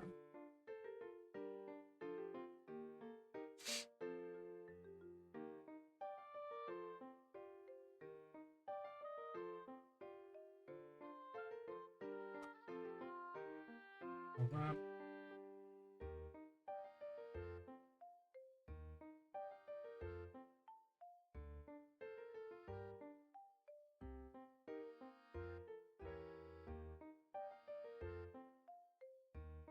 Okay.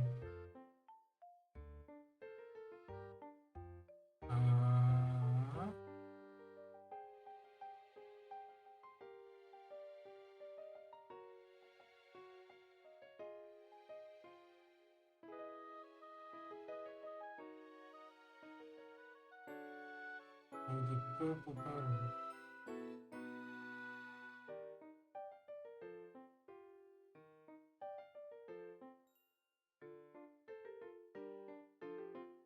Is this not sufficient?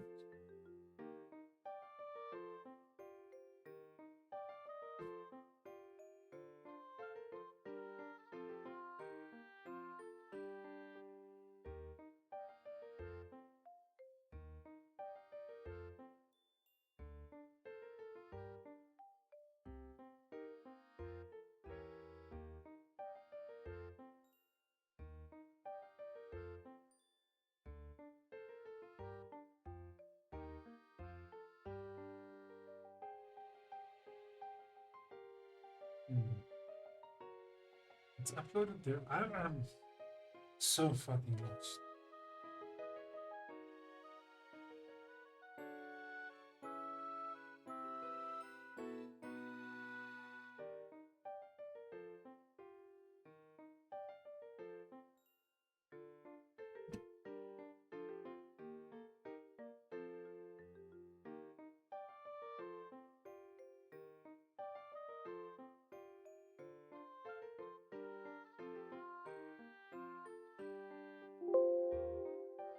Okay.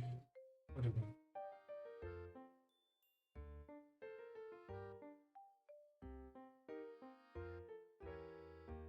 This is that.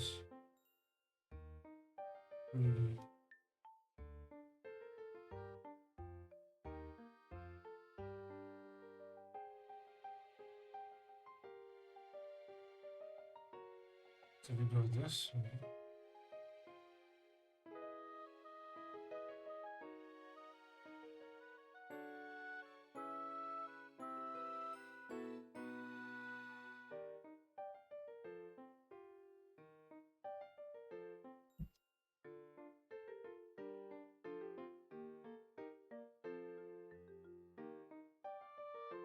Okay, is it uploaded?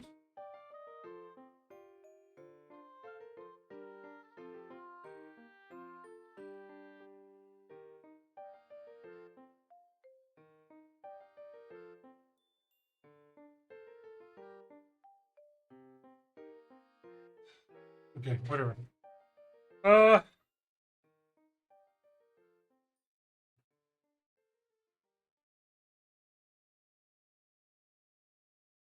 Let's just think about our lore right now. Screw that. I need to sign in again. Okay.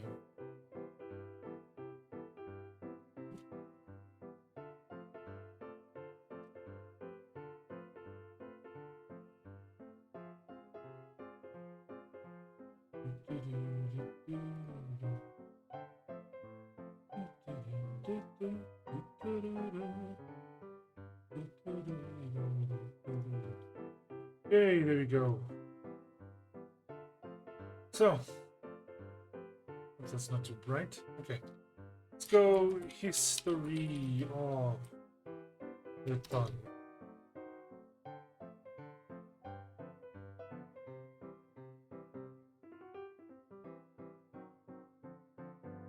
Right. So, a couple of things we need to think about right now. And one of them is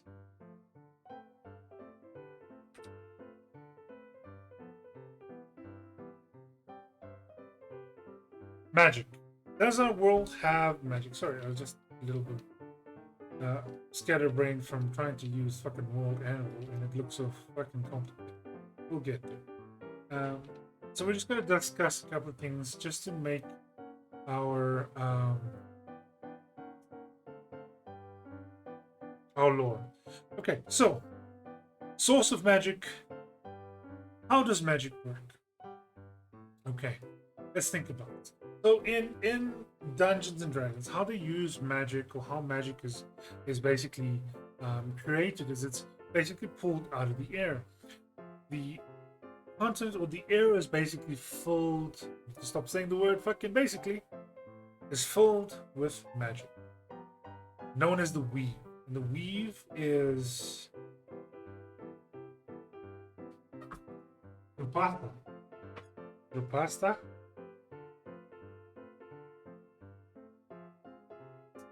Okay. I'm not going to make it exactly pasta. So, as a primitive world, as they came through the Stone Age and the Metal Age, and mining became more prominent.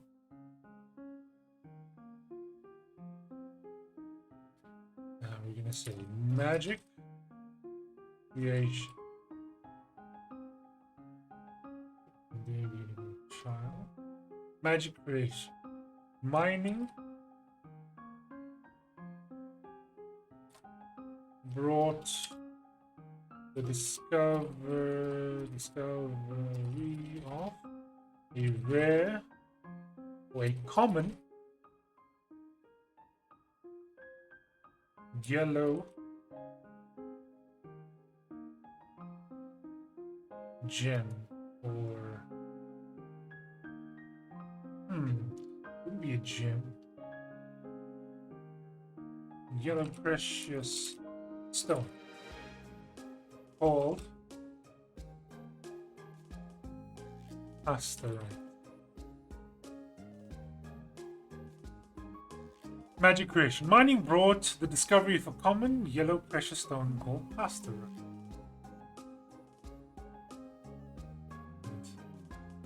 The chat's in the way. Okay.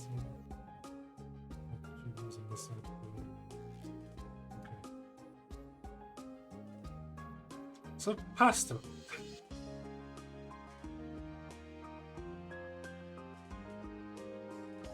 Another charm.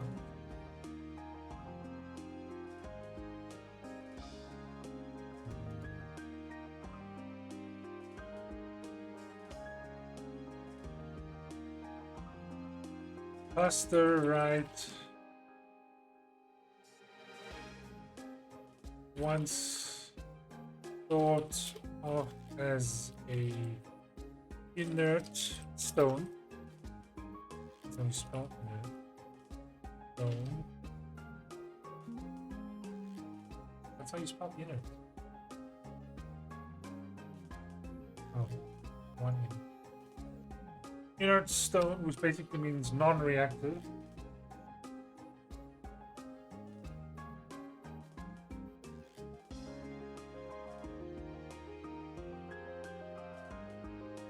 Once thought of as an inert stone, the precious gem produced a magical reaction when certain... How do we link it now to... How do we link it to the stone? What do we pass into the stone? Thoughts, emotions,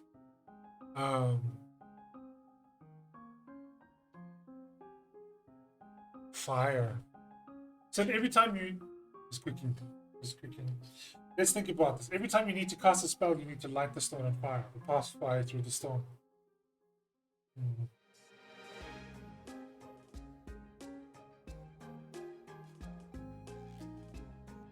Or... Let's see. Magical reaction when certain...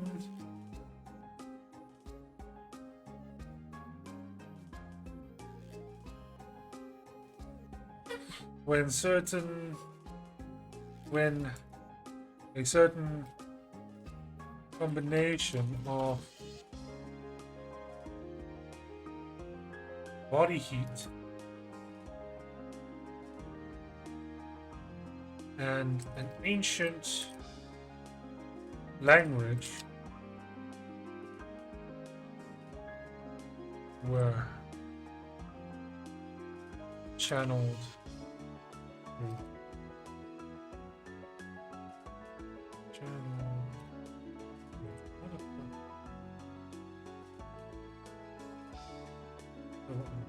Channeled through. Pastorite, once thought to be an inert stone, the precious gem produced a magical reaction when a certain combination of body heat and an ancient language were channeled through. Strongest mages graft them into themselves to heat them.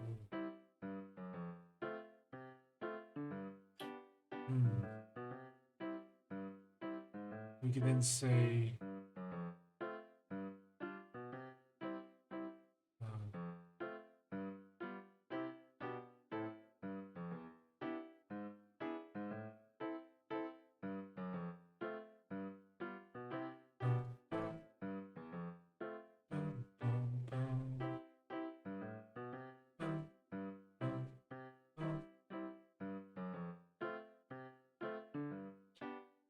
no, not particularly.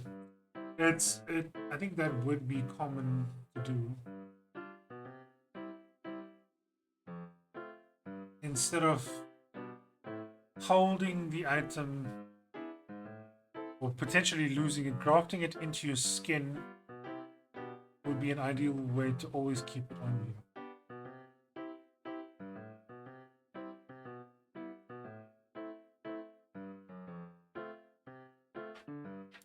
We say the strongest mages graft them into themselves. We will say not the strongest, but the most strong of mind and body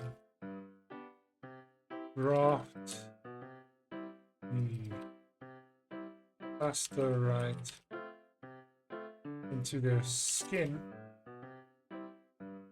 in order to reap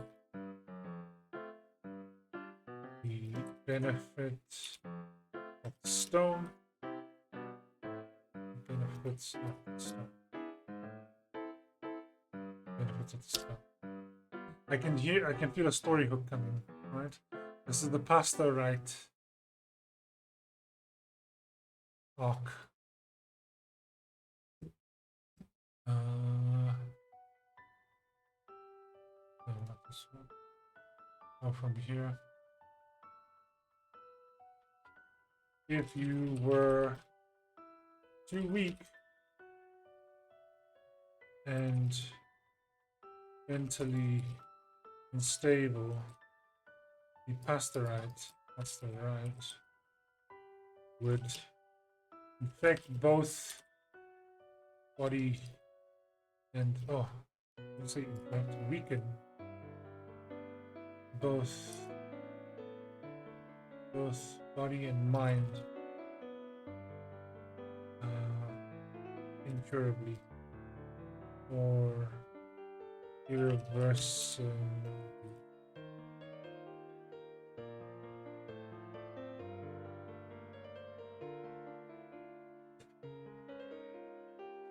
If you are too weak and mentally unstable, the pastorite would weaken both body and mind irreversibly.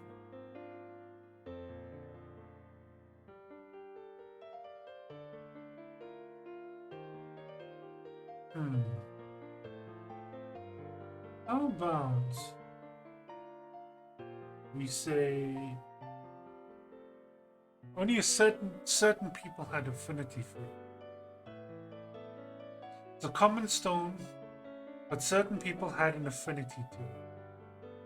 It would lead to a story hook, like they would try and get a hold of children who showed affinity very early on to train them or to conscript them into these secret societies that would test the pastorite on them. That's pretty intense.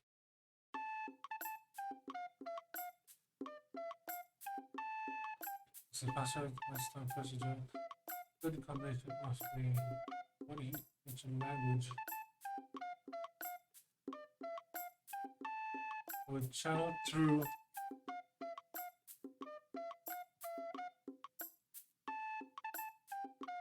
someone who resonated and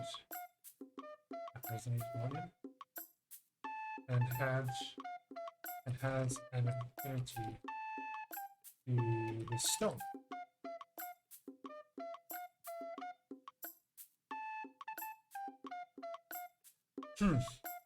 Magic creation, mind what to discover a common precious stone called pastorite. I'm not gonna say yellow. Yellow gives me not good vibes. I like the color. We'll say gold. Gold colored precious stone called pastorite. Pastorite, once thought of as an inert stone, the precious gem produced a magical precious gem, precious stone. Stone produced a magical reaction when a certain combination of body heat and an ancient language would channel through someone who resonated with it, or resonated and had an affinity to the stone. Okay.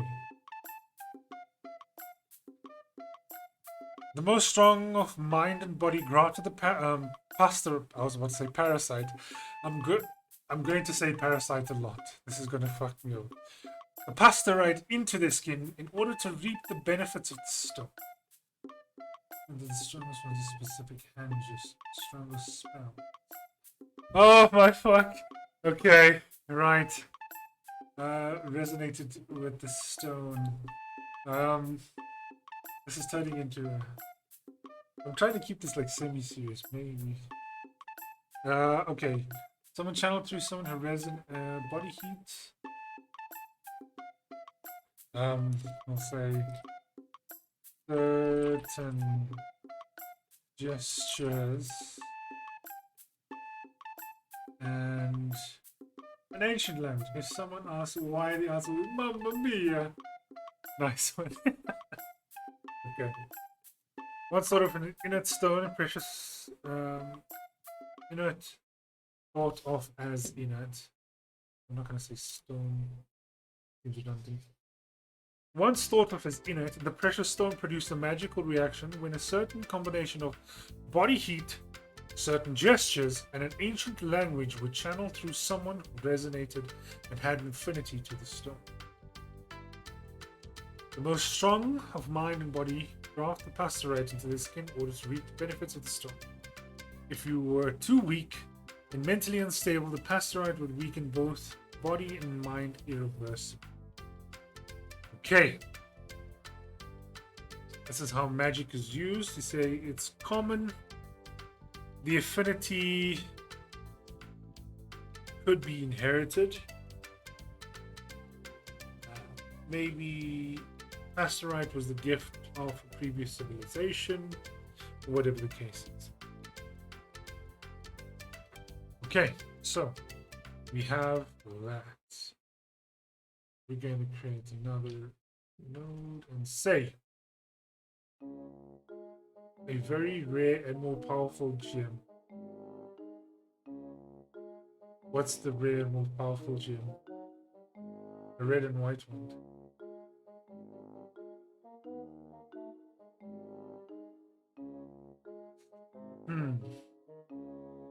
It's Zerium.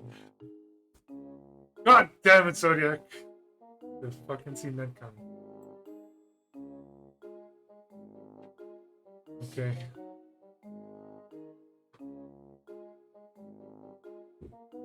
So let's do this then. We'll add another node here. Either material or gem.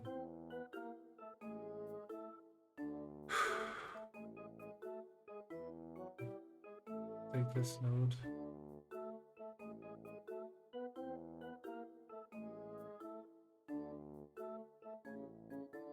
Insert sibling.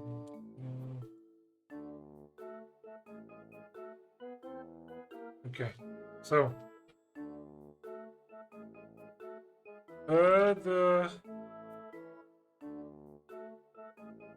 alchemical analysis found that pastorite could be brought to its most purest and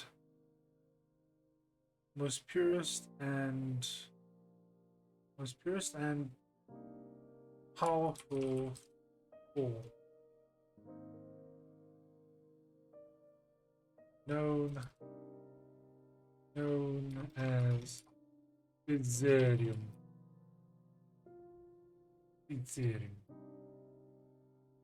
Just kind of, is it kind of unhinged, right?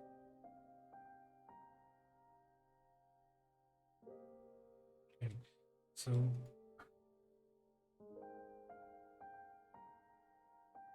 connect node to there. Connect node there.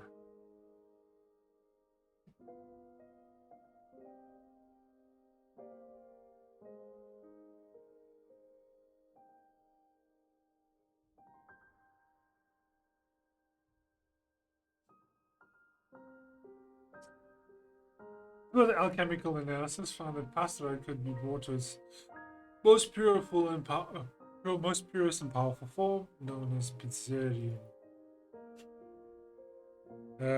We said refined into a red and white crystal. I'm going to say, though more powerful, also more, you know, you can do that. Okay.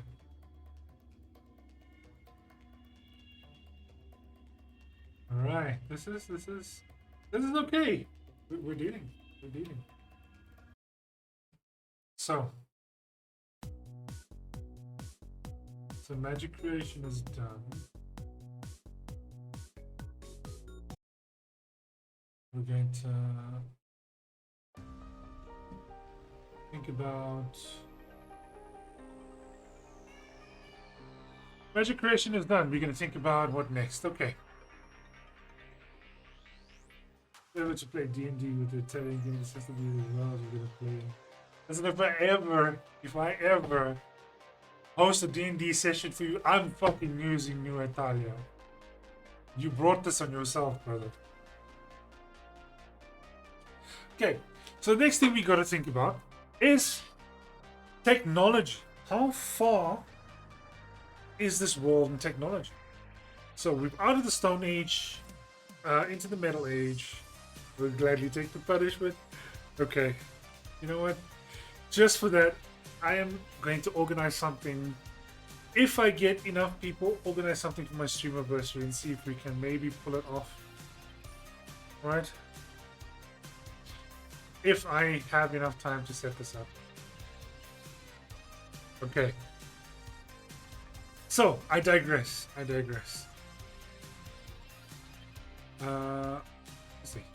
me just say the law.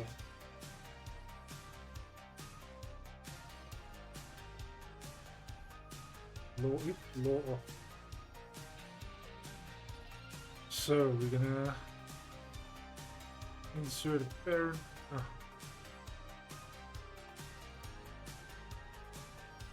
Insert a child. Technology. Technology.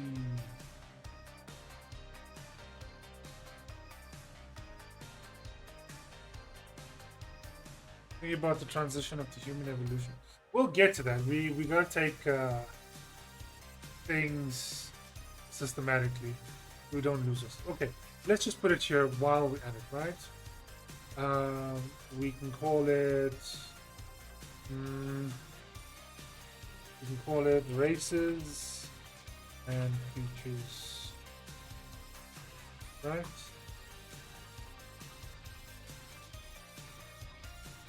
Races and creatures. Okay, another big one we're gonna have is gods and religion. Gods and religion.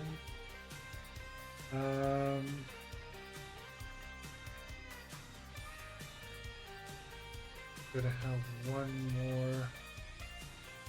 Governments.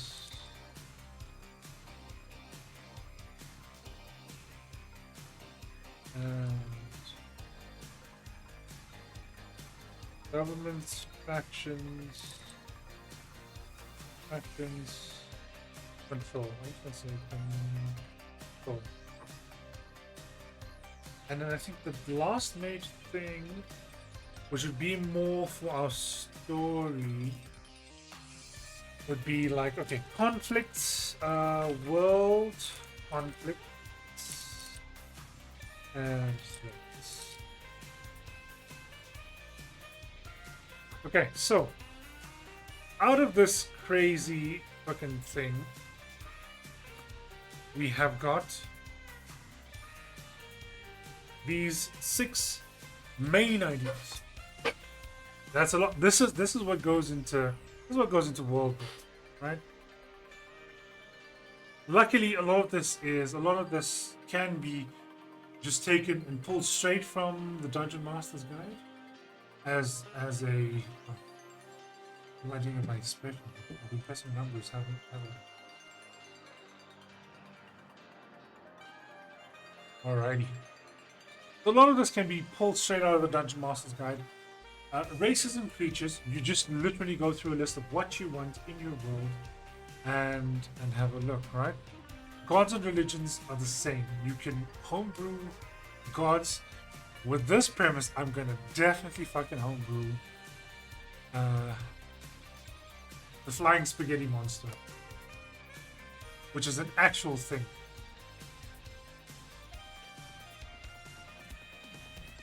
Do you have any suggestions, Lydia?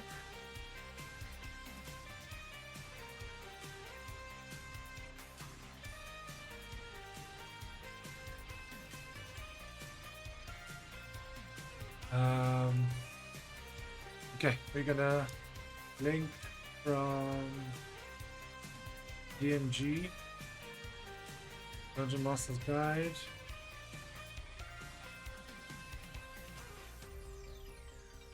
And Homebrew. We'll take it from there. Spaghetti Monster. Sounds like a god. Okay, so Homebrew, we're gonna say flying. It's the flying. Spaghetti.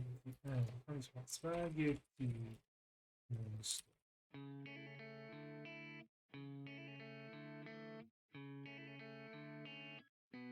Okay, and we'll link some from the DMG. This is done and dusted, right? Then we're taking governments and control. Okay, let's look at technology. I am a sucker for medieval Europe, so 1700s, 1600s, around that time, with a little bit of technology coming through in the way of magic and using the gems in the traditional sense. I don't want to have, maybe don't want to have any guns in there. So we'll say, if there's any other suggestions?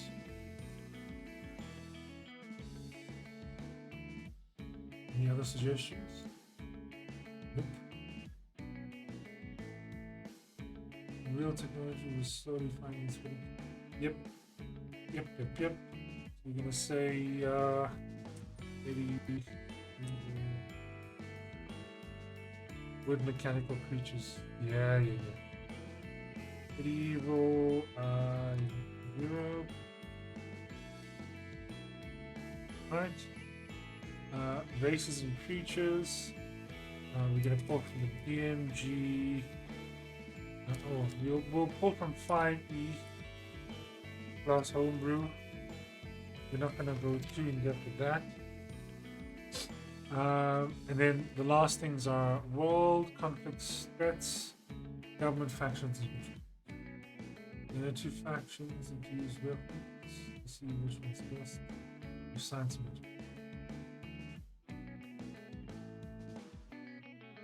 one's the best. Okay. Let's give them a name.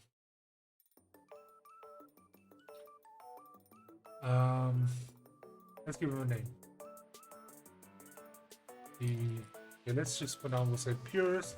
They're the magic purists.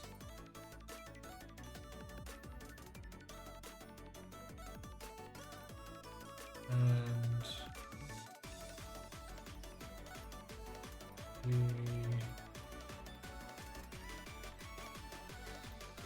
we'll call it faster, right?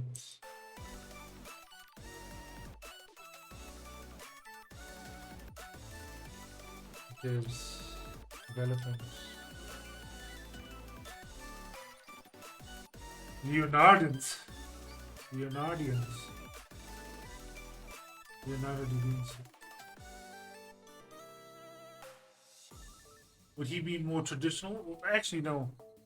If we're doing medieval Eastern Europe, or not Eastern, medieval Europe, Leonardo da Vinci would be the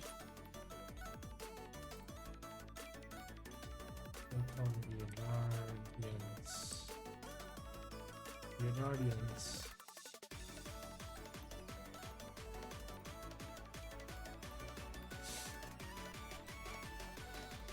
Leonardians,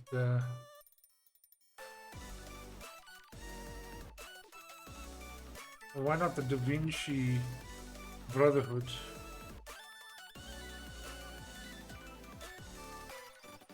The Da Vinci Sect? The Da Vinci Code? It was low hanging fruit. Magic Purists.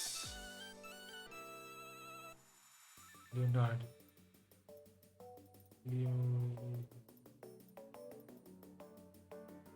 Leonardi! I like it. That's it. That's so much better to say. Leonardi.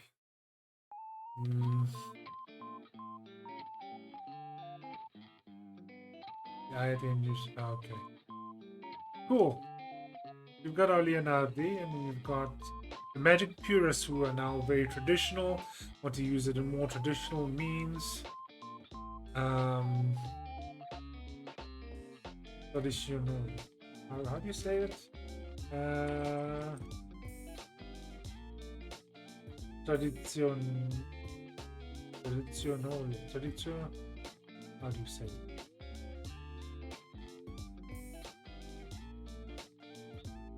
Translate. Traditional. To Tradizionale. tradizionale. Okay. Maybe we could use.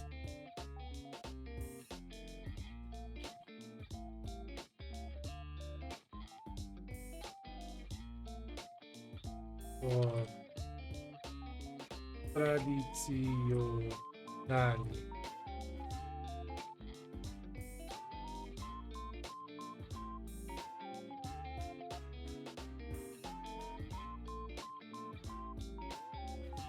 Tradizionali. It's kind of long. Maybe the tradizi. Like that.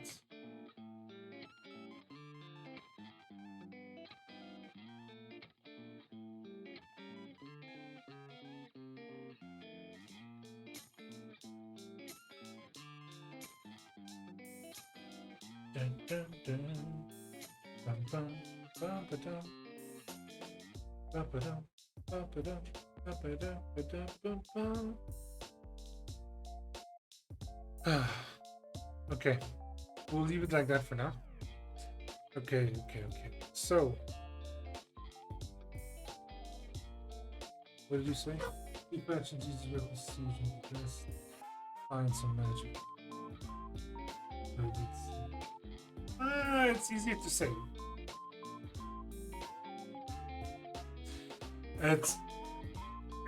It's just easier to say tradizionale, which is just traditional, right?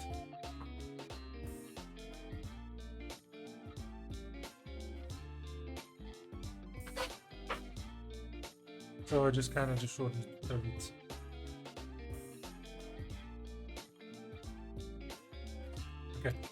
Okay, we've got the Leonardi continually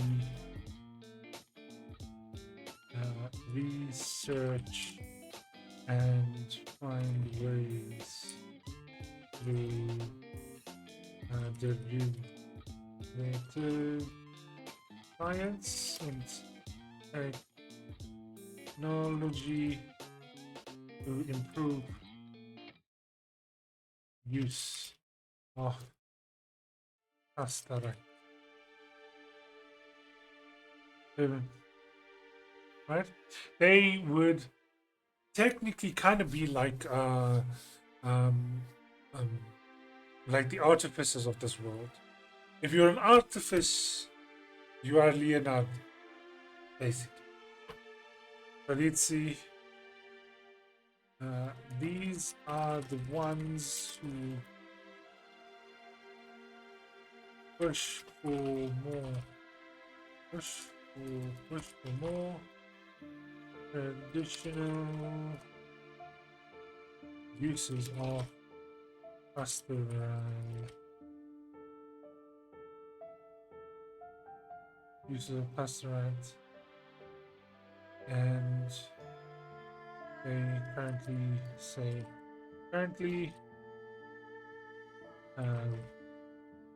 the government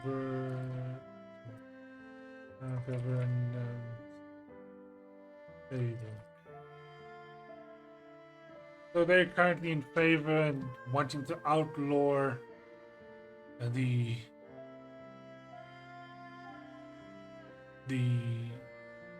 scientific improvements of using pasta. That could work.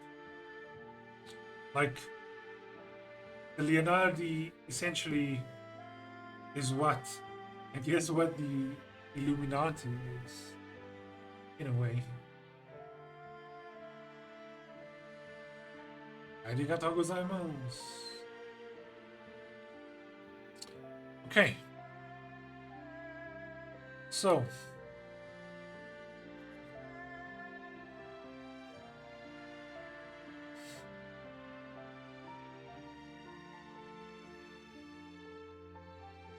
right. Okay. So let's look at world conflicts and threats. How did this world?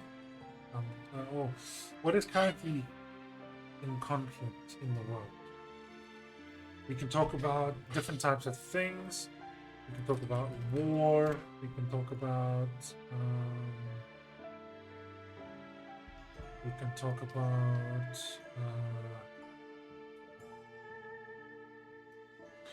The Tradizi Leonardo, of course. We can talk about them. The faction war. Tradizi. Right.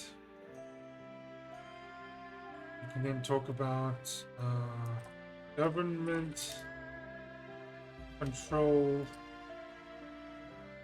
corruption, government control, corruption.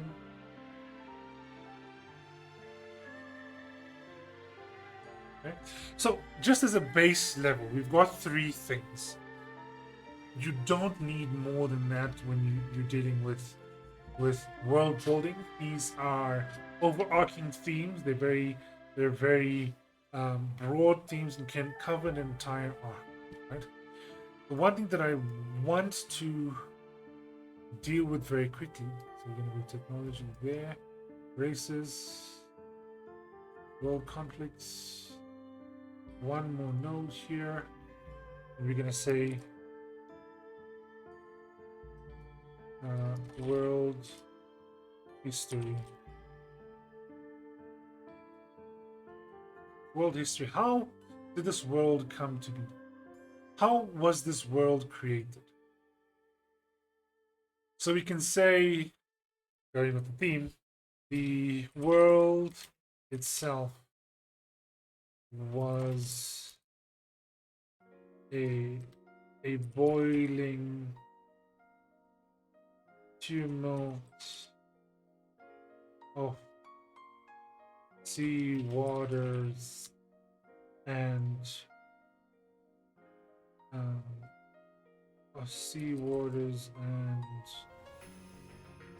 tumult of sea waters and lava. The world itself was a boiling tumult of sea waters and lava. No living thing would ever have survived its hostile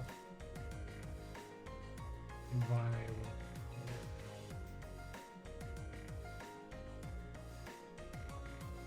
Okay. So now we're gonna. This was the elemental chaos. Sea waters, lava. Oh, that's sea waters, winds. Oh, waters, winds, earth, and fire. This was the elemental chaos at the beginning.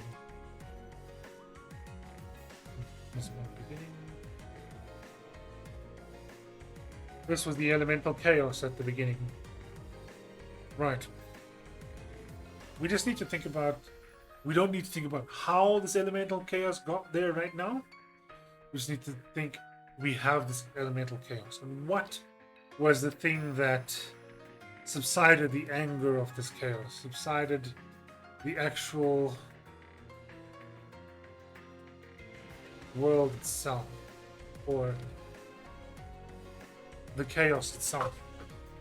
So we can say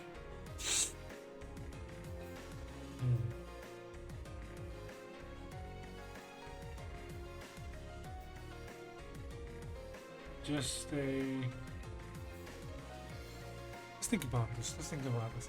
There could have been a divine creature that came upon the world and was just passing through and decided to land on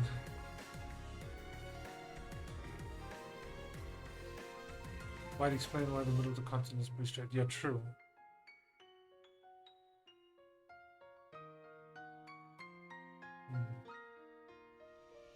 Hmm.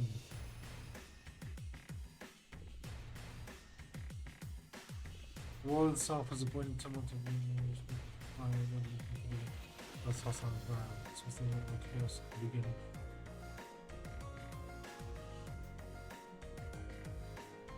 A divine being.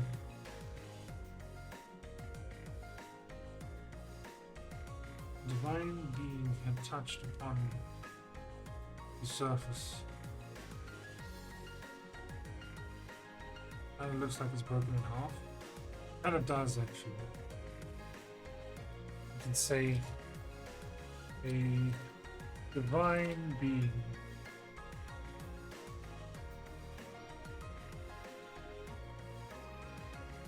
rested its very rested on its surface. The waters became still. The fires faded.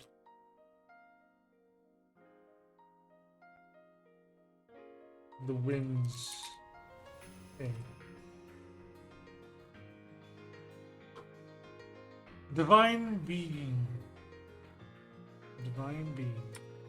rested on its surface. The waters became still, the fires faded, and the winds turned. Okay, we don't know who this exactly who this divine being was. Right. Okay. So now we have a world that's sort of settled. How do we introduce the gods? How do we introduce gods in this thing? Let's think about it.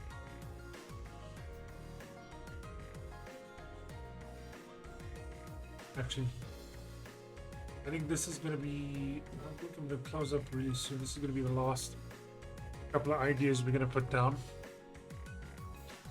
I will make a copy of this entire thing so I have it on record, and we will tackle World Anvil when I learn a little bit more about it. It's a little bit too wild at this point. Okay, how do we introduce our gods at this point? How do we introduce our gods at this point? There was Pastorite. Pastorite was one in the earth that had power. Pastorite had power. The reactions of the earth's elemental chaos and the divine being. We're just gonna call him the divine being. Produced a rare and precious resource.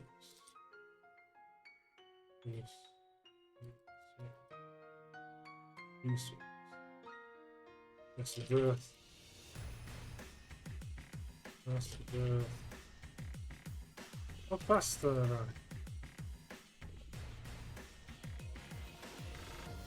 Okay.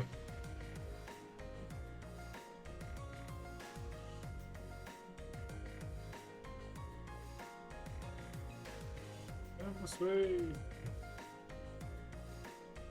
The reaction of the Earth. The reaction of not Earth.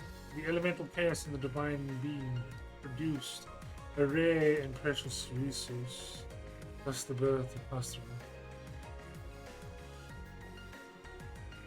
Saying this was just another item.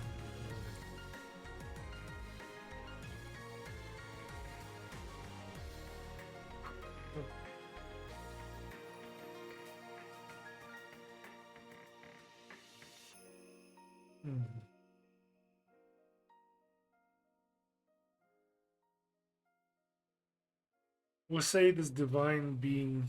We're gonna go maybe the creationist theory. The reaction to elemental chaos and divine proves a rare and precious resource. Thus the birth of Pastor. Thus the birth of Pastor.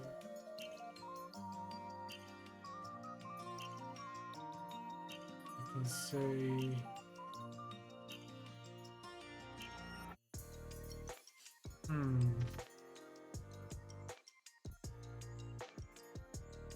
Hello, Dark.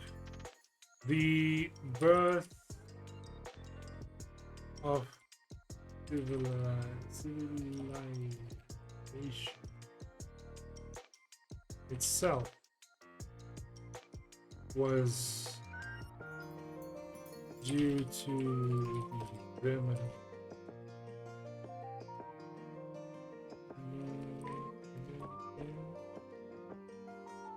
of all's going well, bro. So this is the world law right now. Yeah, Zodiac's in here influencing my magic system with a rare metal called pastorite. And in its rarest form called Pizzerio. Yeah. The birth of civilization itself was due to the remnants of a single stupid name to take inspiration from. Good, man. Remnants of a single strand of, I'm just gonna call it S. S and left.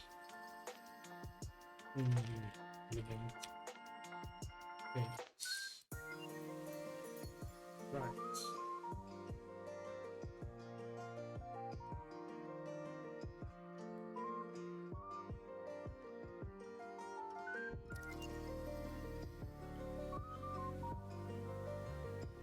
Okay. So node left to nurture in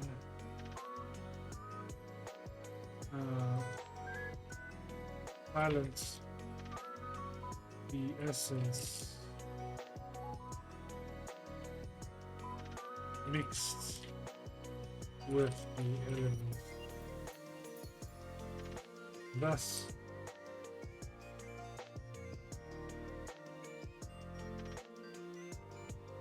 life was born.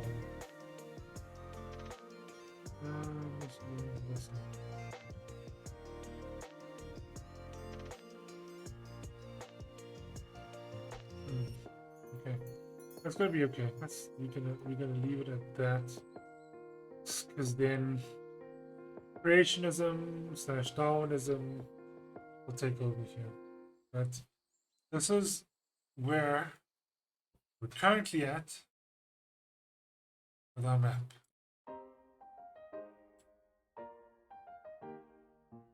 So we're going to download as PDF. Escape to map.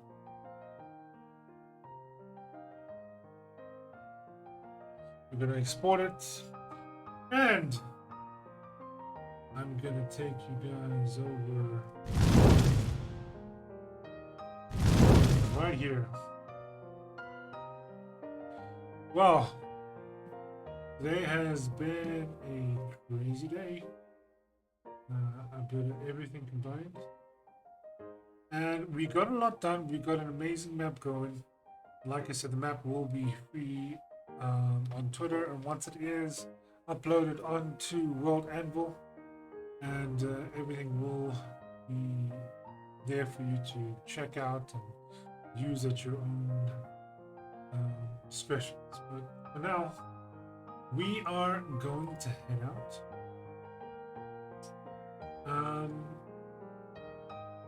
And let's raid some. Is Salvo still streaming?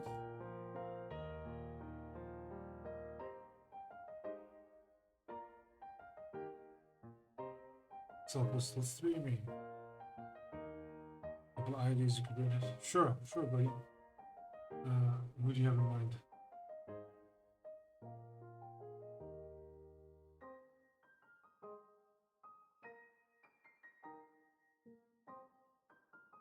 Has a friend of yours started streaming from today?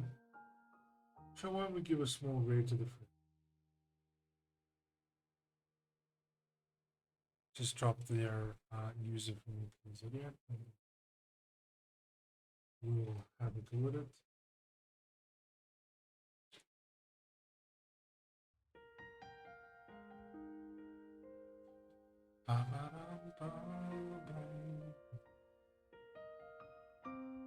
Yeah. Drop the name, please. I think my stream is kind of delayed as well.